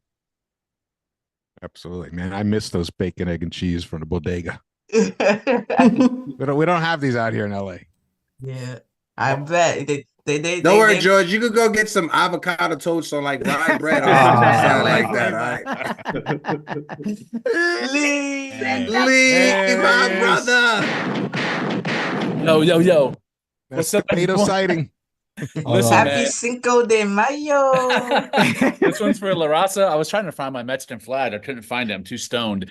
I'm in so much pain. I had to do a little bit of mushrooms and smoked a little bit of, you know what, to get the pain level down. So I come on here and hang out with my homies. Y'all been doing a great job, though. You don't really need me. I just want to pop on and say and spread love on this unbelievable panel. KOT in the house. We got Morning Brew in the house. Lee, Man, T.O. George in the house. Let's go. bro, I told them, and now that you're here, I'll tell you what the joke was. But I was like, I know what Lee did. He said, you know what? They met the Latino quota today. I'm taking the day off. He's like, screw it. We don't need the token guy today. They got 3 of their asses. We good. Yeah, now we got 4 Latin assassins on the panel. Glad you're feeling better, bro. I love it, man. I love it. Good to see y'all. Good to see you too, Lee. Always a pleasure, brother. Hope you get well fast, man. Yeah, dude. I had a nasty, I had to do a couple of extractions in my mouth. So I'm dealing with some residual pain that's been keeping me up at night. So I'm a little delirious. I'm a little stoned, but I'm also high on these nits, baby. Nits and 5. Nits and 5. Let's go. Let's go. So, Ryan, can I ask you a question, bro? Because I always love your takes on stuff. Where do you see for us where Indiana really could cause a mismatch that can see a problem for us? Like the biggest one that you'd see being a concern? Oh, that's an interesting question. Let me see. Well, because, and the reason I thought about it, Ryan, is like, I'm looking at some of the stuff people were saying in the chat, and they're like, all right, if people start matching up the way we do, and we know that you're going to see probably Pascal on the corner, you'll see Obi at time, right? They love to put 2 guys in the corner, and we have that perimeter defense that you brought up. You guys have been talking about it. Like, we know we have to focus on that. Yeah. Where do you see being the biggest mismatch, bro? Because that could be a big issue with the guys in the corner shooting those threes. I think, well, I mean, if I'm going to be honest about it, I do think the Knicks match up well with the Pacers overall. Right. If there's going to be any mismatch issues, probably the only thing that maybe that might concern me is just Myles Turner shooting the 3, because Mitch and Hart, when they guard on the perimeter, and you saw it in the series against the Sixers with Embiid, even though they did a better job as the series went on, but they've shown at times they're not really that great at guarding the big at the 3-point line. So you might have situations where Myles Turner might be able to get off shots, and he might get a bit hot at the 3-point line. Like, that's the main issue I see when it comes to matchups. But even with that, it's like you have ways to remedy that, because you have OG that can pretty much guard 1 to 5, and if Thibs does decide to go small where he could just switch everything simultaneously, then it's like, you know, the Knicks can still negate that. But that's maybe the one match problem where I see where it could be an issue. Yeah. Cool. Thanks, man. For me, it's 2 things. For sure, the center position. Our already mentioned the bench. We don't play a lot of bench players. The Indiana bench, I forgot the numbers off the top, but they actually did pretty well in this series versus the Bucks. And we don't have a lot of bench production right now. So I think that's a point of contention for me. And also, you know, Brunson for sure, he's not going to be guarding Haliburton. He's going to be guarding, who's the 3-point shooter? Was it Nimbard? Nimbard, yeah. So Nimhard. So Nimhard, sorry. So look, see, there I go. Yeah, Nimhard. So the only other thing I might be worried about. He's never coming to our team. Not if Ebony has anything to do with it. Yeah, like if Nimhard's on the weak side, kind of like the Buddy Hield situation where we have to kind of rotate, and Brunson's guarding. I mean, he has to try to rotate to help, and then they kick it to the corner, and then he hits open 3 or so. Then we might have some problems, because he had actually a decent series versus versus the Bucks, so that's might be the only kind of minor thing I might be worried about. But other than that, I think we match up pretty well.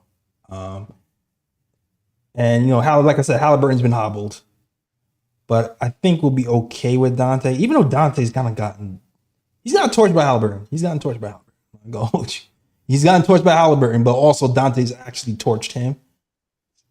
So I feel like we'll be fine.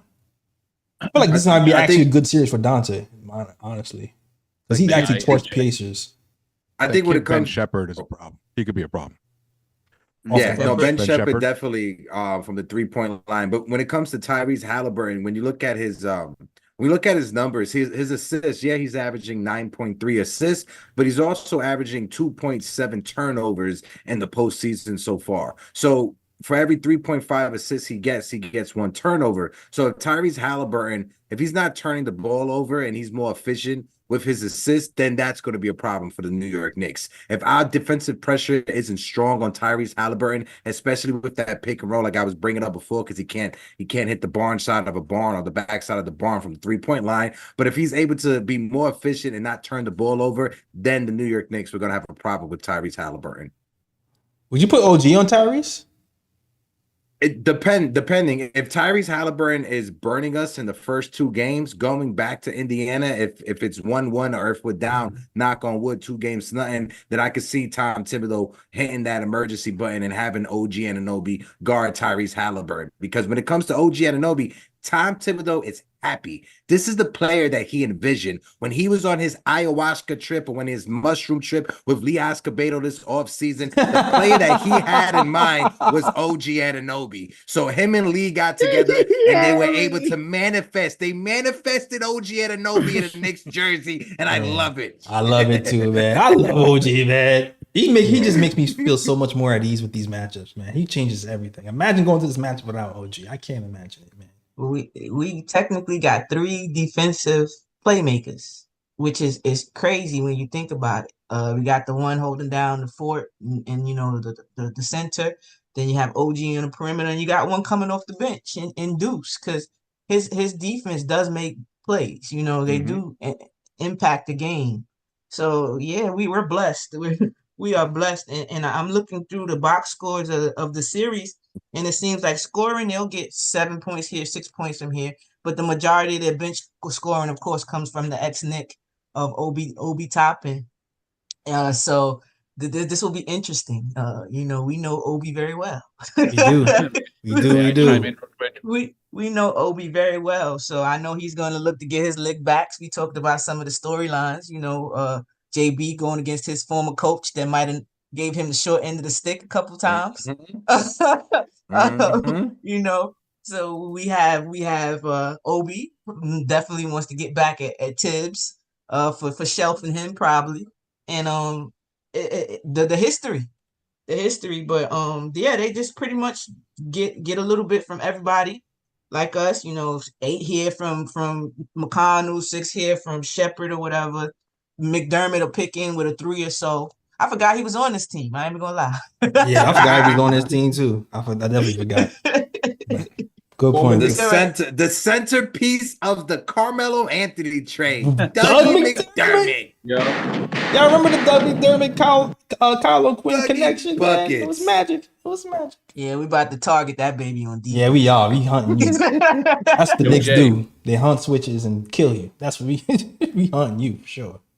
Yo, Jay, may I chime in real quick on something? Sure. Now, I'm not going to hop into my notes because I'm so stoned. I looked at the page and like the words or letters coming off the page. So I'm gonna keep it short and Making me jealous.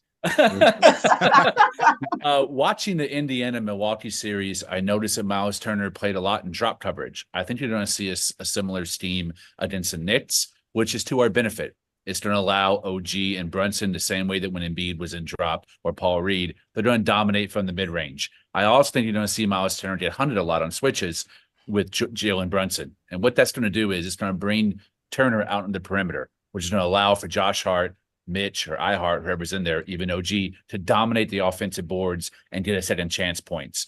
I mean, Myles Turner to me is the key to the series. both offensively and defensively, attacking him on defense with Brunson and DiVincenzo, and also making sure that he stays in drop coverage by keeping him honest, by hitting our mid-range shots. I think is going to be key as well. Something I've been thinking a lot about, and the great Caitlin Cooper, who's one of my favorite followers in terms of Indiana coverage. She's a freelance writer and thinker, and she has a lot of screen breakdowns. And she's really been talking about the importance of screens in this series. And I wanted to bring it up to the panel. I know it's kind of a heady topic, so not everyone might not have like something right off the bat. But Haliburton and Brunson are the two guards that reject screens the most. How do you think that that's going to play into this series, and where do you think the advantage will lie in that? And also, flare screens and slip screens are two of the highest frequency actions that Indiana plays on offense. A lot of that with their guards, Hart, TJ McConnell, and Tyrese Haliburton. How do you think that? How do you see Tibbs guarding that? And how do you think that affects the rotation and who he plays? For me, I think it means Precious Achiuwa is going to be playing more of the series than he was last. Can I go? Yeah, go ahead. I just want to say, yeah, with the Haliburton and the rejection of the screen, I think it works for us. I think OG will be mostly on Siakam. I think you want Haliburton to be, the scorer. You want him to if you're going to score, go ahead. You get what I'm saying? You don't want to help off and he able to get Myles Turner a 3 or OB a 3 in the corner or alley-oop to OB in the back door. We don't want that, so I really believe that you just let I was calling him Taliburton. You let Taliburton just go off where he make him prove that he is who he is, because I think he gets exposed this series. I definitely. I don't know. With rejecting screens, right? When you're rejecting a screen, you're kind of just keeping your defender off balance. So to me, it makes it more important that you're talking on defense and kind of thinking on the fly. So I think with both of those guys being really good at rejecting screens, it's going to be even harder for the Pacers to keep up with us. I feel like that's going to be more to our advantage, because I feel like we defensively are a little bit more on a string than they are. So although I do believe that, I don't think it's going to be easy to keep up with Haliburton screen rejecting stuff, because that's how he scores a lot. But I think we'll be better equipped than Indiana. I just look at it as Wally Serbiak is going to be hoping that Tyrese Haliburton doesn't show up this series. If there's one person who's a part of the Knicks organization, that's the one person that I want Tyrese Haliburton not to go off. You remember those side talk videos that was going crazy with people calling out Joel Embiid? Wally's going to be leading that after this series with the Knicks fans. Wally's going to get sturdy outside of Madison Square Garden, screaming out F Haliburton or whatever. Nah, I agree. I was contemplating switching my profile screen on Twitter to Wally Zerbiak's face. I really was. In solidarity. All right. All right. I mean, anything else you guys want to talk about? I feel like we talked about a plethora of topics. I'm just super excited for this series. If there's any Knicks fans that are in the city this Wednesday, shameless plug, Morning Brew Sports, we're doing a watch party up here in Dykeman in the Inwood area. Yes. At the Tyrone Public House. It's free entry. You guys are free to come if you guys want to show up, but we are doing raffles. We got a Jalen Brunson signed autograph basketball that's PSA official, and we got a Dante jersey signed autograph PSA official jersey as well. So we got some giveaways throughout the night. If you guys want to come, you guys can hit us up. But it's the Tyrone Public House this Wednesday at 7 p.m. Be there. Thank you so much. Yeah, it's on Twitter. You have it on. Yeah, it's on our Twitter and on our Instagram as well. All right, so you can follow those guys. I guess Frisk can put their stuff in the chat, so they can follow you guys. Also, if you guys follow me on Twitter, I'll retweet on Twitter so you can see it, and I'll post it on the YouTube community page so you guys can see where to go. All right. So I think Hector, you did an amazing job of a shameless plug for us. And I'm gonna do something right after you. One thing I want to touch on before we go, JEllis. How happy am I the only one? But how happy are we that we saw the Possible little downside, slow start from Jalen Brunson right out the gate, and we haven't seen anything since. Facts. Knowing Yeah. that he's going Facts. into this series already on that fire. yeah. Yeah. Again, I know we try to sit here and we Great want to be point. objective. We're not sitting here saying in any way that guys on the Indiana Pacers that we fear them. We just want to look at ways that we can handle them. What do we see as fans of the team? But the fact that we know we're going to the series with Jalen Brunson on the role that he's on. Yeah. Because Mhm. honestly, one of the people, the 76ers have guarded Jalen Brunson the best. I mean, that maybe them and the Lakers, maybe, were the two best teams who actually guarded them. So I feel like from here on out, it should be a lot smoother for us and smoother for Jalen. It's going to be a lot less to figure out. The matchups kind of, they favor us. So I think Pacers are kind of catching us at a bad time. Like, we figured out the toughest defense so far, and I think it's going to be all up from here. But also, I just want him to remember too, like, even though he's kind of had Pacers' number on the rip, I still want him to take something from that last series and involve his teammates more. Give Dante the ball and let him cook some more. Give OG the ball, let him cook some more. It's going to help you conserve energy at the end of these games, especially because these Pacers are going to want to run. So you want to conserve energy wherever possible. I really think, because, after that last series, Brunson averaged 35.5 points a game. And I think he was like 42% from the field and 30% from three. He had the numbers, the percentages weren't as high as usual. And that's probably how it's a lot to do with the first two games. But I think if you utilize our teammates, you'll see closer to 40 points a game, probably the series, with the assists and the percentages closer to 50 and the 3-point shooting closer to 38, even with the high usage if he plays the game right. So I'm excited. I'm excited to see how we do with the Pacers, and I think Brunson's going to destroy them. I think so. It's going to be Knicks in 5 to me.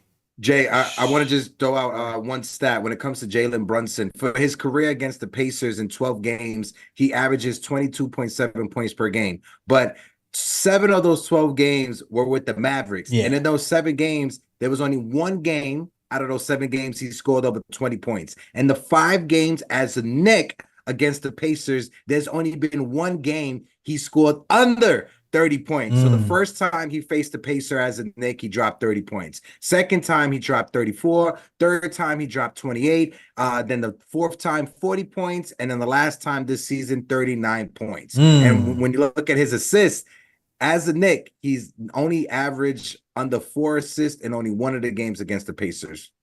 Good stat. Yo, you know what I realized too? Shout out to Jukebox June, because we went this entire episode and we didn't bring up our free throw drama, right? Like an entire thing, and we didn't even point that out as something that we all know should be a key, because we were shitting the bed with free throws. Yeah. So Jukebox June in the chat was like, "Are we gonna address the free throws? Anybody?" That's my cousin. Your cousin. What up, cousin? Shout out Hello, Jukebox. free throws. Shout out Jukebox. Yeah, man. Fatigue, man. I feel like fatigue has a lot to do with it. Josh Hart, I think he got tight though. Josh Hart, I don't even think Josh Hart gets tired. I'm not sure. I think Josh Hart gets tight though. Yo, Josh tired Hart and I are like on the the same men. diet, bro. Yeah, It's the Skittles, Mike Mike and and Ike's? Ike and Monster. Breast milk? Mike and Ike's are the key. Nah, but with JB, I think I'm very, very grateful for the series that we just went through for JB, like to the cerebral player he is, just to get that under his belt, see what they're throwing at him, and to have one of the lowest moments, like, we're so used to him coming through in the clutch, and he came up a little short. The teacher, playing is the best teacher. You don't want to feel that again.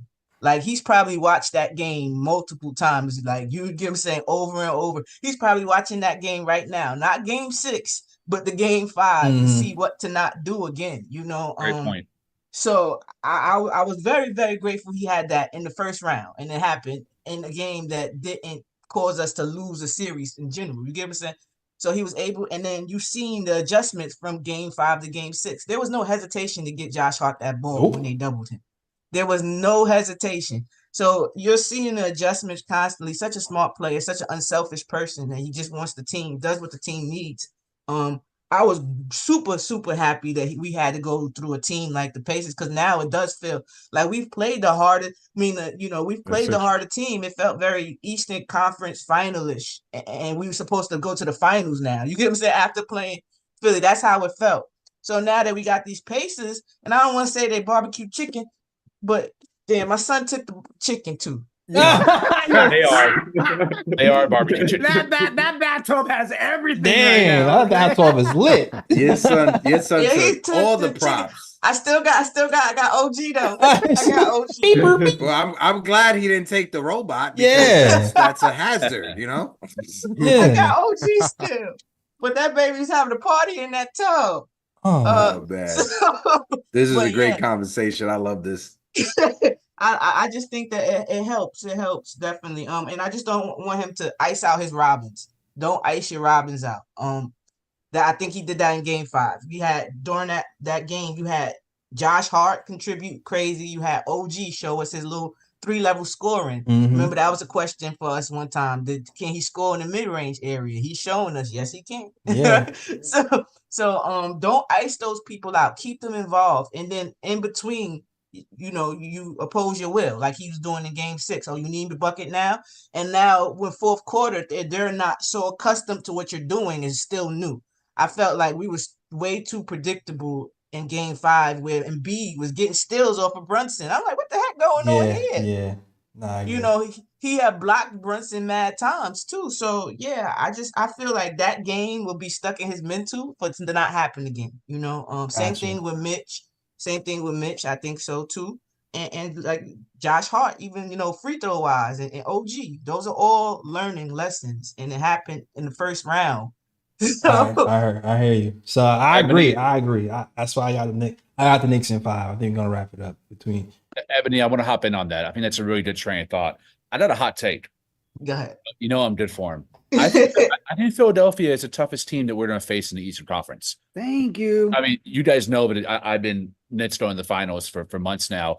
But Philadelphia has the best player of the 3 teams that we're potentially going to face. I got Boston over Cleveland. Embiid's better than anyone on Boston. He's better than anyone on Indiana.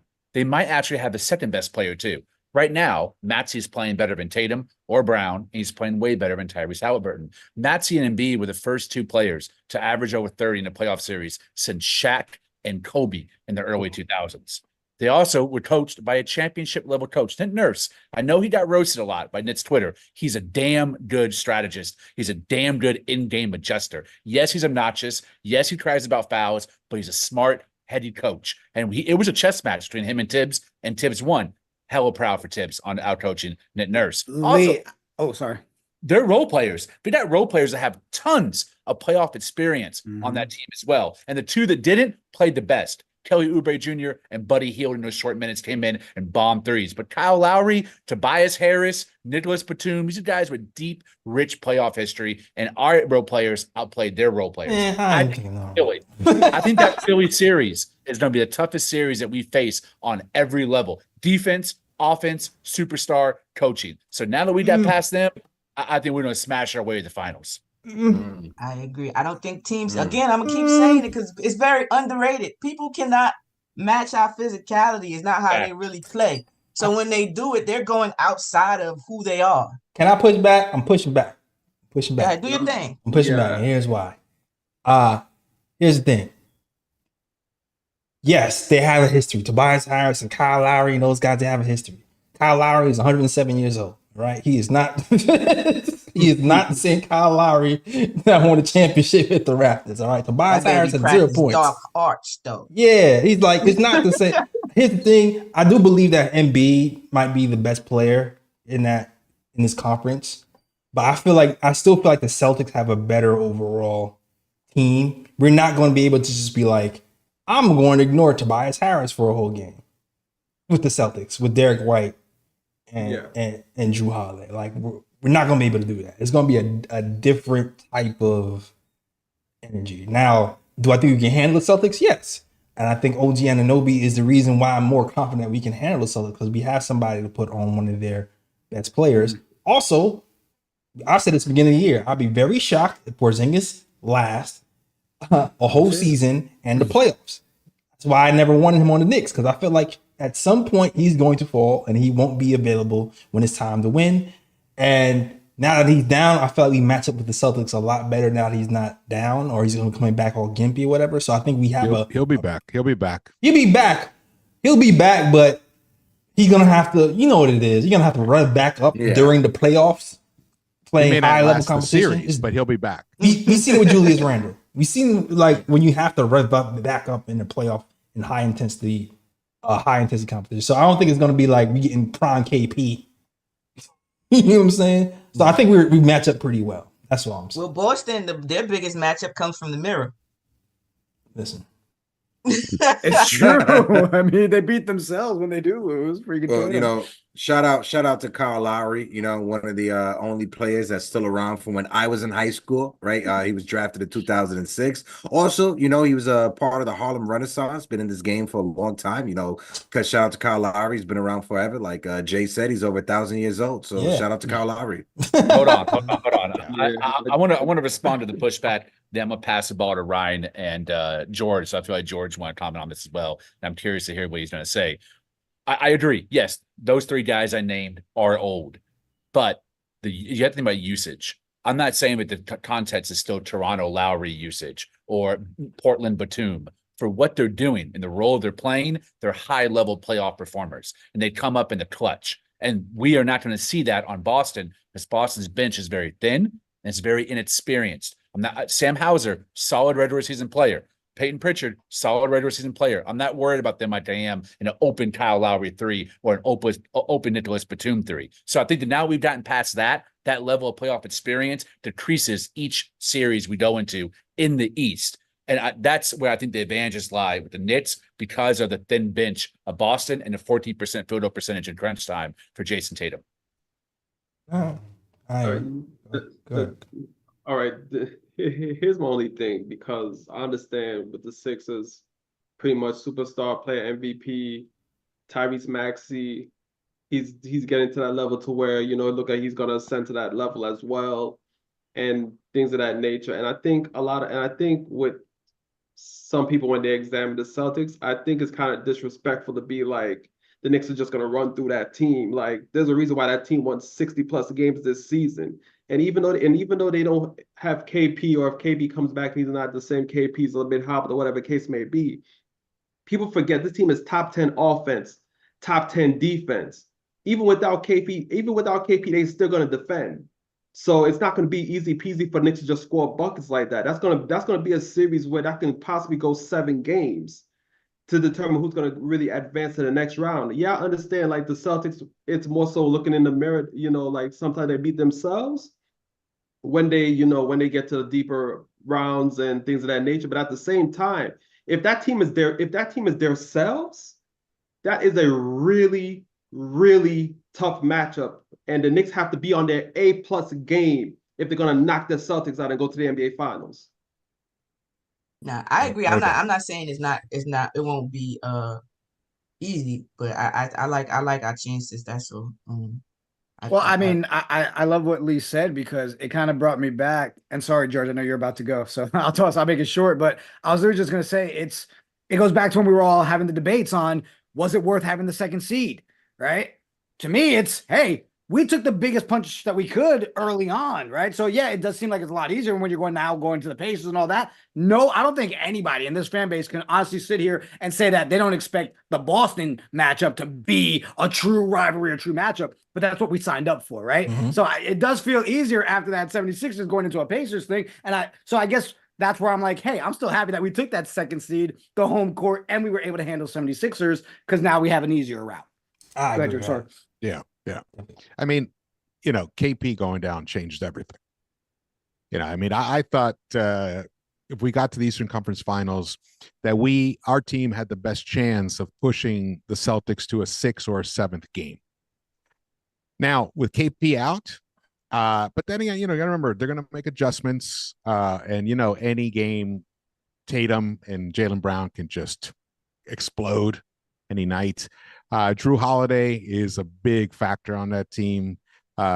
White is playing like an all-star now. It's going to be a battle. It's going to be an intense battle, but we got to get past the Pacers first, man. Yes. And the 3-point shooting is going to be the key. Now, they struggled in the first round overall 3-point shooting because, for a lot of those guys, it was their first time in the playoffs, and everyone knows you get tight, shots get shorter. But against us, man, they had 6 guys shoot more than 50% from the 3-point line against us. And Obi didn't miss a shot. He made every single 3-point attempt he took. Myles Turner shot 80% on us, but he only put up 3.3 attempts. So we did a good job of limiting his actual attempts, but 80%. Come on, guys. Jalen Smith, who didn't get on the court much in the first round, but I think he will see time in this round against us, 60%. Yeah. Nesmith, 54.2% on 8 attempts. So he had real volume. And then Nembhard, 50% as well.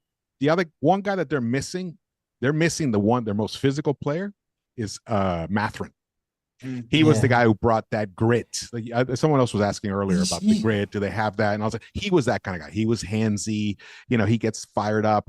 They're missing him. And Shepherd has kind of stepped into that role, but he's not, nowhere near the player he was. Mathurin, He's not Mathurin. I can't take those games seriously when we had Evan Fournier and Taj Gibson running around. Exactly. OG Anunoby wasn't even on the court. So it's like, there's not a That's lot. the other thing. OG wasn't on the court. So but Precious did play. He played a couple games against them. It's a concern. We're not the best perimeter defending team. We weren't in the regular season, but we definitely picked it up in this postseason. That's one of the key things that we were able to. But look, how many times, even in that game 6, Oubre, wide open shot. Batum, a wide open shot. You let these guys get wide open looks like that, we may drop a couple games. I think because I think it's gonna be nights like that because Thibs is not gonna widen his rotation beyond 8. We know that. I mean, if he may stick with the 7. We don't know, but I doubt. I think he's gonna play Precious, but he's gonna overwork the starters. If games, remember, he doesn't trust any leads. It's going to be a game of runs. Those guys go on runs. We're going to have to go on runs. Runs tire you out. We might drop a game or 2. I think it's going to be a similar series. I think it's going to be similar type of series to what we just had, except more. You're not going to see 2 guys lighting us up. It's going to be they're going to spread their scoring around. That's just how they do it. But when you go matchup per matchup, Myles Turner versus our 2 centers. I'll take our 2 centers any day. Siakam versus OG. I mean, I take OG. He's the best defender around, and his offense is pure gravy. And I love the way he started attacking the hoop. He looked kind of lost in the first half of game 6. And, I think he must have slapped himself in the face at halftime and came out, and he was a totally different player. And I love that. He's got to keep that momentum going. Josh Hart, I mean, their version is TJ McConnell. Josh Hart is a 10 times better player than McConnell, but we know McConnell's a pest. Can't let him get cooking. Haliburton and Brunson, at this point, there is no comparison. Brunson's just way better. And then who's the other guy? Nesmith and DiVincenzo. That's pretty even. Nesmith is a pretty good defender. He's good. He has good size. They're very similar. They're very similar players. But I love the way Dante stepped up in game 6, and I think that's going to carry over. He finally had a breakthrough game. He was struggling since he hit that big game winner in game 2. Game 3, 4, and 5, he was, pretty ineffectual for us. Woke up in game 6, gave us 23 points. I think we're going to see more of that because he's going to have more opportunities. I don't think they're not going to scheme to stop him like the way Nick Nurse did. Nick Nurse, he schemed to stop Dante because he knew he was the only other scoring threat. We don't have Randall. OG, we don't know. It was Dante. So they figured, you know what, we're going to stop Dante and force Brunson to beat us. Well, they didn't expect Brunson to have almost 4 40-point games. You know, I mean, the guy, he didn't expect him to play like Bernard King. They didn't expect that. So it happened. And I think it can happen again. But I think it's going to be an interesting series. It's going to be a very interesting series. But if their 3-point shot isn't falling, then yeah, this could be a quick series. But I expect them to have a game or two where they're hot. That's why I'm saying that. So, but we could be hot in that game as well. So that's what neutralizes it. Like, you know, with Game 6, when we're doing the pregame and stuff on it, it was basically there was going to be 2 outcomes. I knew the Knicks were going to come out. They were going to show up in Game 6, no doubt about it. It was whether the Sixers were going to show up, and if they didn't show up, it was going to be a blowout. But if they showed up, it was going to be a tight game, and that's exactly what we got. 118-115. What a beautiful Game 6 that was. I kind of want to push back, and me too. I want to push back short, and then I want to give it back to George and the rest of the panel to expound. Hold on a second. 1 second. I know some guys had to go. They had plans. If you have to go, yeah, soon. You can bow out now because I know we be going longer than. Well, Hector already broke up with his girlfriend. Oh, she already went to dinner without his ass. But no, I'll just say one more thing before I get out of here real quick. When it comes down to this series, you guys are all bringing up valid points. It's the NBA at the end of the day. I don't want to sleep on any opponent that we face up. Am I scared of any opponent? Absolutely not. I have 100% faith in this team and our roster and our head coach as well. But I'm not going to sleep on any of our opponents. When it comes down to it, I believe what Josh Hart said. He beat the shit out of TJ McConnell, but we still got to play the minutes out there on the court. We got to go every quarter for quarter. When it comes to Kristaps Porzingis, I'm gonna just say this right now. He has a calf injury. He's not even sure when he will even come back. There's no date for his return, and Indiana's already pulling the same BS that Philadelphia was doing with Joel Embiid and Tyrese Maxey. Now they're saying Tyrese Haliburton is questionable for Game 1. I don't want to hear it. Prepare yourself as he's going to be playing Game 1. Stop this nonsense of this fake injury report. So that's all I wanted to say. Jay, appreciate you, brother. Shout out to the family. Shout out to the familiar, Brian, Ab, my guy Lee, Uncle George. And, Celso, we talk all the time. Yeah, I'll see you in the morning. Get out of here. Yeah, I'll see you after. I'll see you later. Go eat dinner. Go eat dinner. Absolutely. Love you guys. Appreciate Later, you. bro. Later. Take care. All right, man. All right, Can I push back? Oh, you push it back? Go ahead. I'll keep it very short because I want to give it back to George and then the rest of the panel. The difference is Indiana doesn't play any defense and they're horrible at rebounding. And I agree with you. If you let them get hot, those runs could be deadly. But what made Philly such a difficult matchup for us is they matched our physicality and they matched our high IQ defense. Indiana, since Rick Carlisle took over, and Dallas under Rick Carlisle was always a terrible defensive team. The entire tenure of Rick Carlisle in Dallas and in Indiana, that's not him. It's like Tibbs with offense. That's Rick Carlisle with defense. They're also bottom in the tier in the NBA in rebounding rate, rebounding percentage, rebounds per game. Their weaknesses are our strengths. And I know they can go on runs, but we can stop them better than maybe any other team in the entire NBA. We have those stretchy long wings that killed us for years. Now we have them, 2 or 3 of them, and Josh Hart, OG, and Precious. So that's what I think is a difference maker between Philly and Indiana, or Indiana and Boston. I'll give it back to you. Yeah, no, I agree. The defense is a major weakness on their part. They just basically try to outscore you. You know, I mean, they lit up the Bucks for 140 points in a playoff game. That's what I'm saying. We no matter how, if they go off like that, if they put up 130, I don't think we're going to put up 100. I mean, there's going to be a game where they're going to just outshoot us, and we drop a game. It's just going to happen. It's hard to beat the same team every night. Yeah. 4 times in a row. That's real dominance. And we don't have a deep enough bench right now to dominate like that. Mitch doesn't come in and give you 10 points. We just don't do it. And I do think fatigue is going to play a role to kind of not necessarily neutralize our defense, but it may cause us to create turnovers, give up easy buckets, have those brain fart moments like we were talking about before, the wide open shots in the corner from Batum and Oubre and Cameron Payne. Remember Cameron Payne? He had time dude, I think he tied his laces before he even shot. the shot. We're gonna have moments like that, and the Pacers, unlike the Sixers, though the Sixers did take advantage of it, but the Pacers are much more balanced offense, should I say?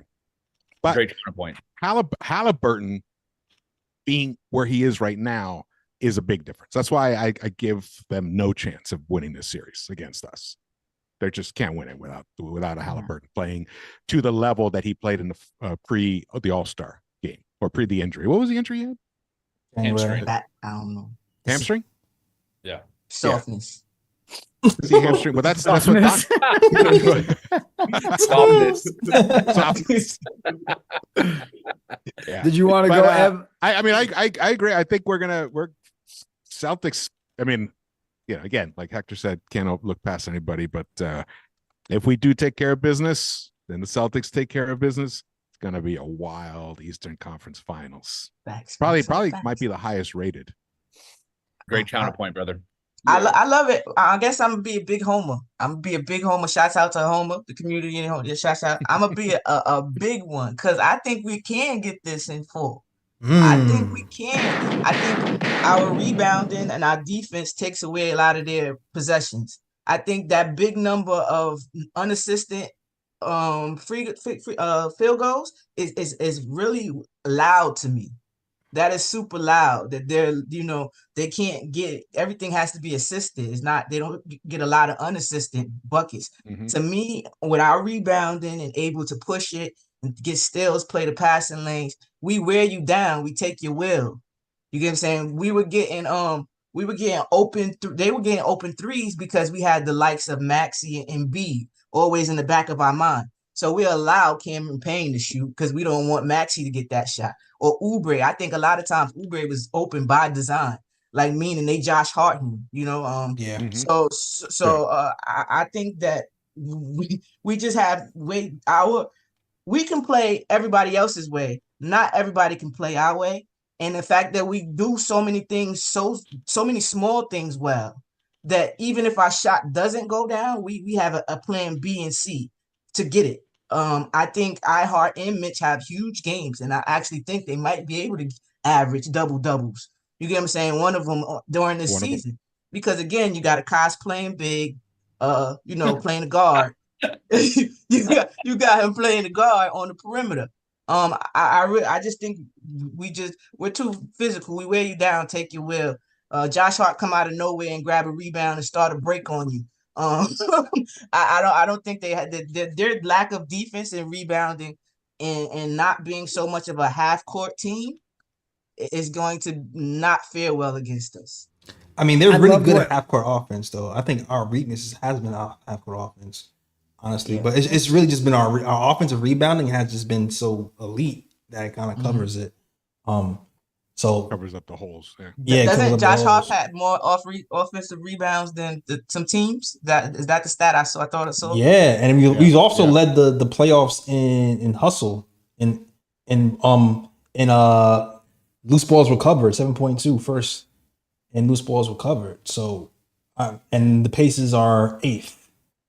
So we win all the hustle stats, the margin things, the rebounds, the loose balls. We win those things. And we're just a lot more physical defensively. They haven't really had to play that so far versus the Bucks. It's gonna be different when they play us. So I think we're gonna win eventually. And George might be right. They might have a good 3-point shooting night, especially with Myles Turner out there stretching the floor. We do have these bouts when it's hard for us to guard 3-point shooting bigs. But I feel like Pascal Siakam isn't like a big 3-point shooter. So I think us having to guard him one-on-one is going to help us guard a lot better because we haven't had OG in a while. So I think that's going to help us guard the 3 a lot better. And I feel like most of the 3s might come from their big, to be honest with you. Yeah, like Turner and Obi. Turner and Obi is going to be an issue for us. Yeah, from the 3-point line. Yeah. I was going to say that. Hey, what's that thing behind you, Lee? What thing? Behind your right shoulder. Cat? Is that a fan? Yeah. There's some kind of like see-through art. Oh yeah. It's an art thing. I didn't like program and put any image to like move. It's in a moving GIF. I thought I was on shrooms. Oh, okay. It's not the same, Look. You know, when I microdose, I like to have visuals. You know what I mean? I see the visuals. You know what I'm saying? You be out here hearing colors and seeing voices. Yeah, makes sense. Makes a lot of sense. He thinks he's on here with us. Yeah. I'm not real.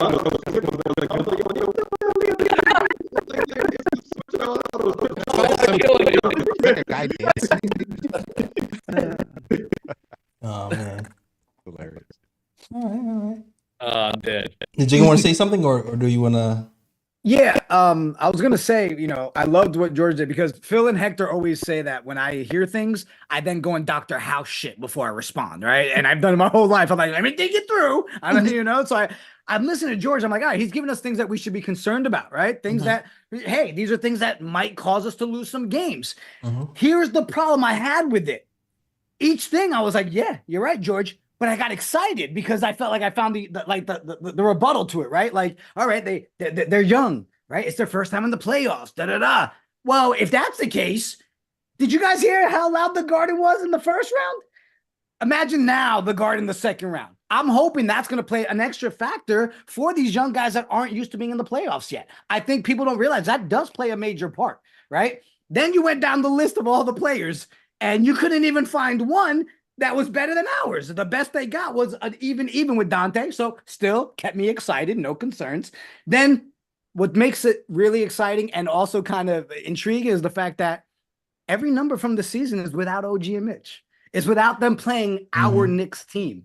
So we can look at the numbers and look at all that all you want, right? All of us can. And at the end of the day, you're not really looking at the numbers because those aren't the guys. Yeah. So I look here and I do stupid shit, JEllis. I'm like, you know what? If that's their numbers, all right, and we all say we know for a fact with OG and Obi and Mitch, those numbers go down. So let's just say we cut those numbers down by 20%. They're not over their 100 points. They're not handling our defense. So the concerns that George laid out were good concerns, but I walked away with, I ain't scared of shit. George. Let's go. We're winning this series. I mean, at the end of the day, there's going to always be concerns every series. Like, there's always going to be something that the Knicks are going to have to watch out for with every team that they face, going forward. It's just that when you look at it as a whole, where the Knicks are strong, that's where the Pacers are weak at. And I think the physicality, the defense that the Knicks play, the fact that they crash the boards and things of that nature, I think it eventually, as the series goes on, is going to wear down the Pacers. I do think the Pacers are going to take 1 or 2 games. Like, there's going to be 1 or 2 games where they're just going to shoot lights out, and they're going to take a game or 2. But at the end of the day, it's like the Knicks do have the better team, and the style of play the Knicks do play, the Pacers haven't felt anything like that throughout the playoffs. They didn't feel that against the Milwaukee. First time in the playoffs, so they're going to feel that for the first time against the Knicks. And I think that's going to be a learning experience for them.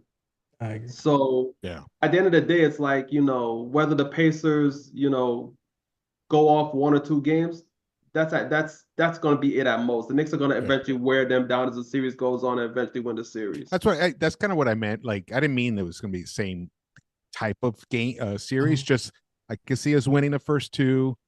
Maybe we drop game 3. And then we win game 4 and then close it out game 5, see it like that, or they come to MSG for game 5. Now they already had the first 2 games under their belt. They had that experience, and they come and they're up, their backs are against the wall, and they come through and they pull off a victory, and it ends in game 6. So that's George is pretty much saying Knicks in 5 or Knicks in 6 is what it's really. Yeah. No, I know he's not saying we lose it. I heard him saying we got this. That's why I did the rundown comparing the players. Comparing the players, and also that's just individual players, but as a team, that's where we really elevate. That's where we really soar. We're such a much better team. Our cohesion is fabulous. And now when you see Mitch, every game he's getting better. His conditioning is improving. Where Embiid, you can see every game in that series kept running out of gas. Those fourth quarters. What he had 18 points, and was it the last game in the last game he played well. whichever one. I can't remember. But he started struggling. He started, wearing down. But I think Mitch is just going to keep getting stronger and stronger. Mm-hmm. Yeah. And that's good. That's great because we're going to need him for the Boston series. Yes, we are. We're going to need it. We're going to need him. We're going to need him. All right. But wouldn't it be crazy? Wouldn't it be crazy if it was the Cavs? Oh, Yo. Hey, no way in about hell. it. We've talked Not about for it. nothing. The Cavs are missing a big though. They missing bigs, and the Cavs got 2 bigs. that's right. And Spida showed up, and Darius finally woke up. They I got don't Levert. You never. They play defense. We don't believe you. We need more people. That's I my- need more. I need more people. Celtics finish them off in 5. I need Yeah, more man. 4.5. Man. I don't know. people. Yeah, 5. I don't see it. I wouldn't be surprised. I'm telling you. Evan Mobley I too would. soft to me. I'm sorry. bro. The Celtics, man, that mirror problem. He stepped up big today, though, from what I saw. Mobley. Yeah. I still don't Did believe you see how he Evan blocked? Mobley. Who did he block late in the game, man? He just like, boom. Yeah, I'm not saying about the defense. I'm talking about Wagner? Was it? I heard Yeah, Jared maybe. Allen's the light's not so bright no more for him right now. I'm not even talking about Yeah. defensively. I'm just saying all the defenders the Celtics have. Like you gotta make Evan Mobley score. Like they have guys who can guard guards, and if you be trying to make Evan Mobley score, you're in trouble. That's what I'm saying. I was just fucking with you guys. Nah, but seriously, all jokes aside, not gonna be- My aside, bad, I got you. Sir. Yeah. when you think about Rough for me. how the Celtics score, they want to shoot from the 3-point line. You understand? They're kind of like the Pacers. They're not trying to get into the paint area, like create and get to the paint. You have 2 people there. If you run them off the line, waiting for them types, I don't know. It might be a harder series than most people. I hope it goes 7. I was saying I watched a couple of those games against the Heat. The Celtics were getting into the paint. It was just threes. They were getting into the paint against the Heat. So yeah, but they got I bent. don't The Celtics also mean that the Heat was hobbly. The Heat don't Yeah, have they 2 don't have any twin bigs. towers down there neither. So Yeah. I'm telling, watch. That's going to be. I hope won't so. be surprised if it's a hard Yeah. series. Yeah, I hear you. Well, we'll see. We will see. Yeah, there'll be 2 games where the Celtics blow them out, and then maybe the other 4 they're close. I can see that. I Mm. can see that. Yeah. Push it to 7. That'll help us out. Push All it to right. But that's the show, guys. Thank you guys for watching. But shout out to the chat real quick. Shout out to everybody in the chat. If you like the show, hit that like and subscribe. We'll be doing post games after every game. So definitely check that out. Also, you gotta check out Morning Brew Crew. They do stuff in the Hell mornings yeah. as well. Then you also gotta check out George, who does post games as well. This whole new community is really spectacular. A lot of great, talented, informative people. So definitely check those guys out and as well. But I hope you guys enjoyed the show. All right. Yeah. So let them know, George. Let them know where they can find you, man. Hey, into the Knicks Verse. Welcome into the Knicks Verse. Yes, yeah. That Into the Knicks Verse. in the postseason, I've been doing a few more lives for the post game, but usually it's a recorded. But yeah, check it out. Subscribe, turn on a notification bell so you're alerted when I go live, or just drop a video. And definitely going to be doing some pregame shows. Hopefully, you guys are available for some of these. I know the timing is a little difficult sometimes, but it'd be great to get Mondays you to guys Fridays a little bit better usually. Monday through Friday. Okay. Monday or Fridays are usually. Monday or Friday. All right. Yeah. All right. Well, that's tomorrow. Game 1 tomorrow. Yes, go. Excited. So I just can't wait, man. All right, man. Jigga Porto. Let them know they can find Yep. you, man. Morning Brew Sports tomorrow morning. Next Morning Brew. How you doing? Also, during the week, if you guys wake up and you're like, oh, I'm gonna have a bad day today, I do a show in the morning. It's called The Morning Cup of Joe. It's 30 minutes of pure positivity, dad jokes, and stupidity. It's more of me acting like a dumbass all morning long. Come hang out with us there. Watch party, man. This Wednesday, if you in the area, come hang out with us. We're gonna do a live pregame. We're gonna do it up. We got the giveaways and all that. But next Morning Brew, appreciate everybody. And KOT, you my family. Yeah, I fam, love son, you all guys. day, son. And the word is born. We George, here, George, my guy, love you, and appreciate you guys. All right, shout out to my guy, man, Jigga. Oh man. All right, man. Lee, let him know, man. Lee, wait a minute, Mr. Guardian. Hold on a second. He's here in colors. Yeah, it's the Guardian. writing for the Guardian. Big man. Don't forget us when you up the top, all right? Don't forget us. Yeah. You can get the blue check so you don't have to pay for it. Don't forget us. All right? That was a huge thank you for saying that. I really appreciate JEllis. I dedicate that piece to JEllis, who is him and George are my two mentors, but no one in my career has done more for me than JEllis. I will always be eternally grateful for him. So that piece was dedicated to you, my brother. I appreciate that, man. You put it in the work. I ain't write nothing. You did it. God live it for you, Lee. You inspire me, my man. You give me a lot of opportunity. And that piece was such a blessing. There's such a huge publication, like the New York Times of the UK. And it was a blessing to be asked by them. They came to me and was like, we want you to write this on Brunson based on a piece I wrote about how the Knicks had saved my life in relation to me and my father's relationship last year. So it was a great blessing. Auntie Brunson told me she sent it to Jalen. Jalen and Rick apparently have read it, which is even like mind blowing in itself. That's crazy. So yes, please have it posted and pinned to my Twitter. Go check it out at Escobedo _Escobedo LEESCOBEDO. Thank you for all the kind words. Appreciate y'all. For sure. All right, D1 baller Ebony, what's good? Let them know where they can find you. You can find me here every post game, and when we do pre-games too, sometimes you can find me here though. And you can find me on Twitch, Twitter, Instagram at Mad Knick Fan. I had to think about it. Mad Knick Fan. I do the pre-game space called Your Take Knicks with my guy Brutus every pre-game before for the Knicks, and post game I do a Liberty space called Bowling with the Queens. Yeah. And shout out to Jigga, because we doing a Liberty Latte. The Liberty Latte is coming out. I like the remix to Morning Brew. I see what you did there. The Liberty Latte. I see what you did there.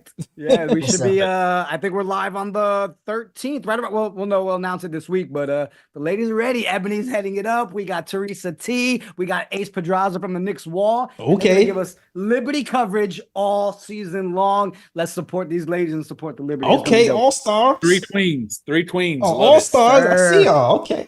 So excited about all that, but we gotta finish this Knicks season up. We gotta get this parade, the first parade, so we can get the Liberty to get us the second one. You know? Let's get it. All right. But yeah, that's it. That's all my platforms, I believe. Got you. All right, Ryan G. Let them know to keep on you, sir. MVP, baby. You can find me on Twitter at Ryan G KOT. You can also find me on Instagram at Sir G is chilling. Sir G is chilling. SIRGSCHILLIN. Love you, Ryan. All right, man. That's the show. Oh, thank you guys. Somebody sent the super chat. Damn, so long ago. Thank you for the super so chat. long ago. We saw it. I appreciate it though. Like all the pennies, we appreciate it. All right.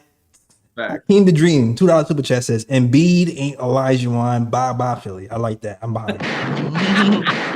Strays, love He's it. Elijah Wine. That's how I know. He be whining his ass off. He's always complaining. Real quick. I want to see John said I had redeemed myself from the Alec Burks thing.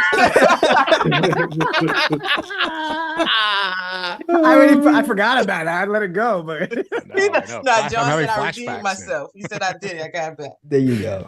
You are redeemed. All right, cool. That is the show. Thank you guys for watching. And as always, shout out the Worldwide West. Everywhere we go, we leave a worldwide mess. The mess out here in these Knicks YouTube streets. That's the show. We out this mug. Peace. Knicks and thighs. Peace. York, New York, big city of dreams.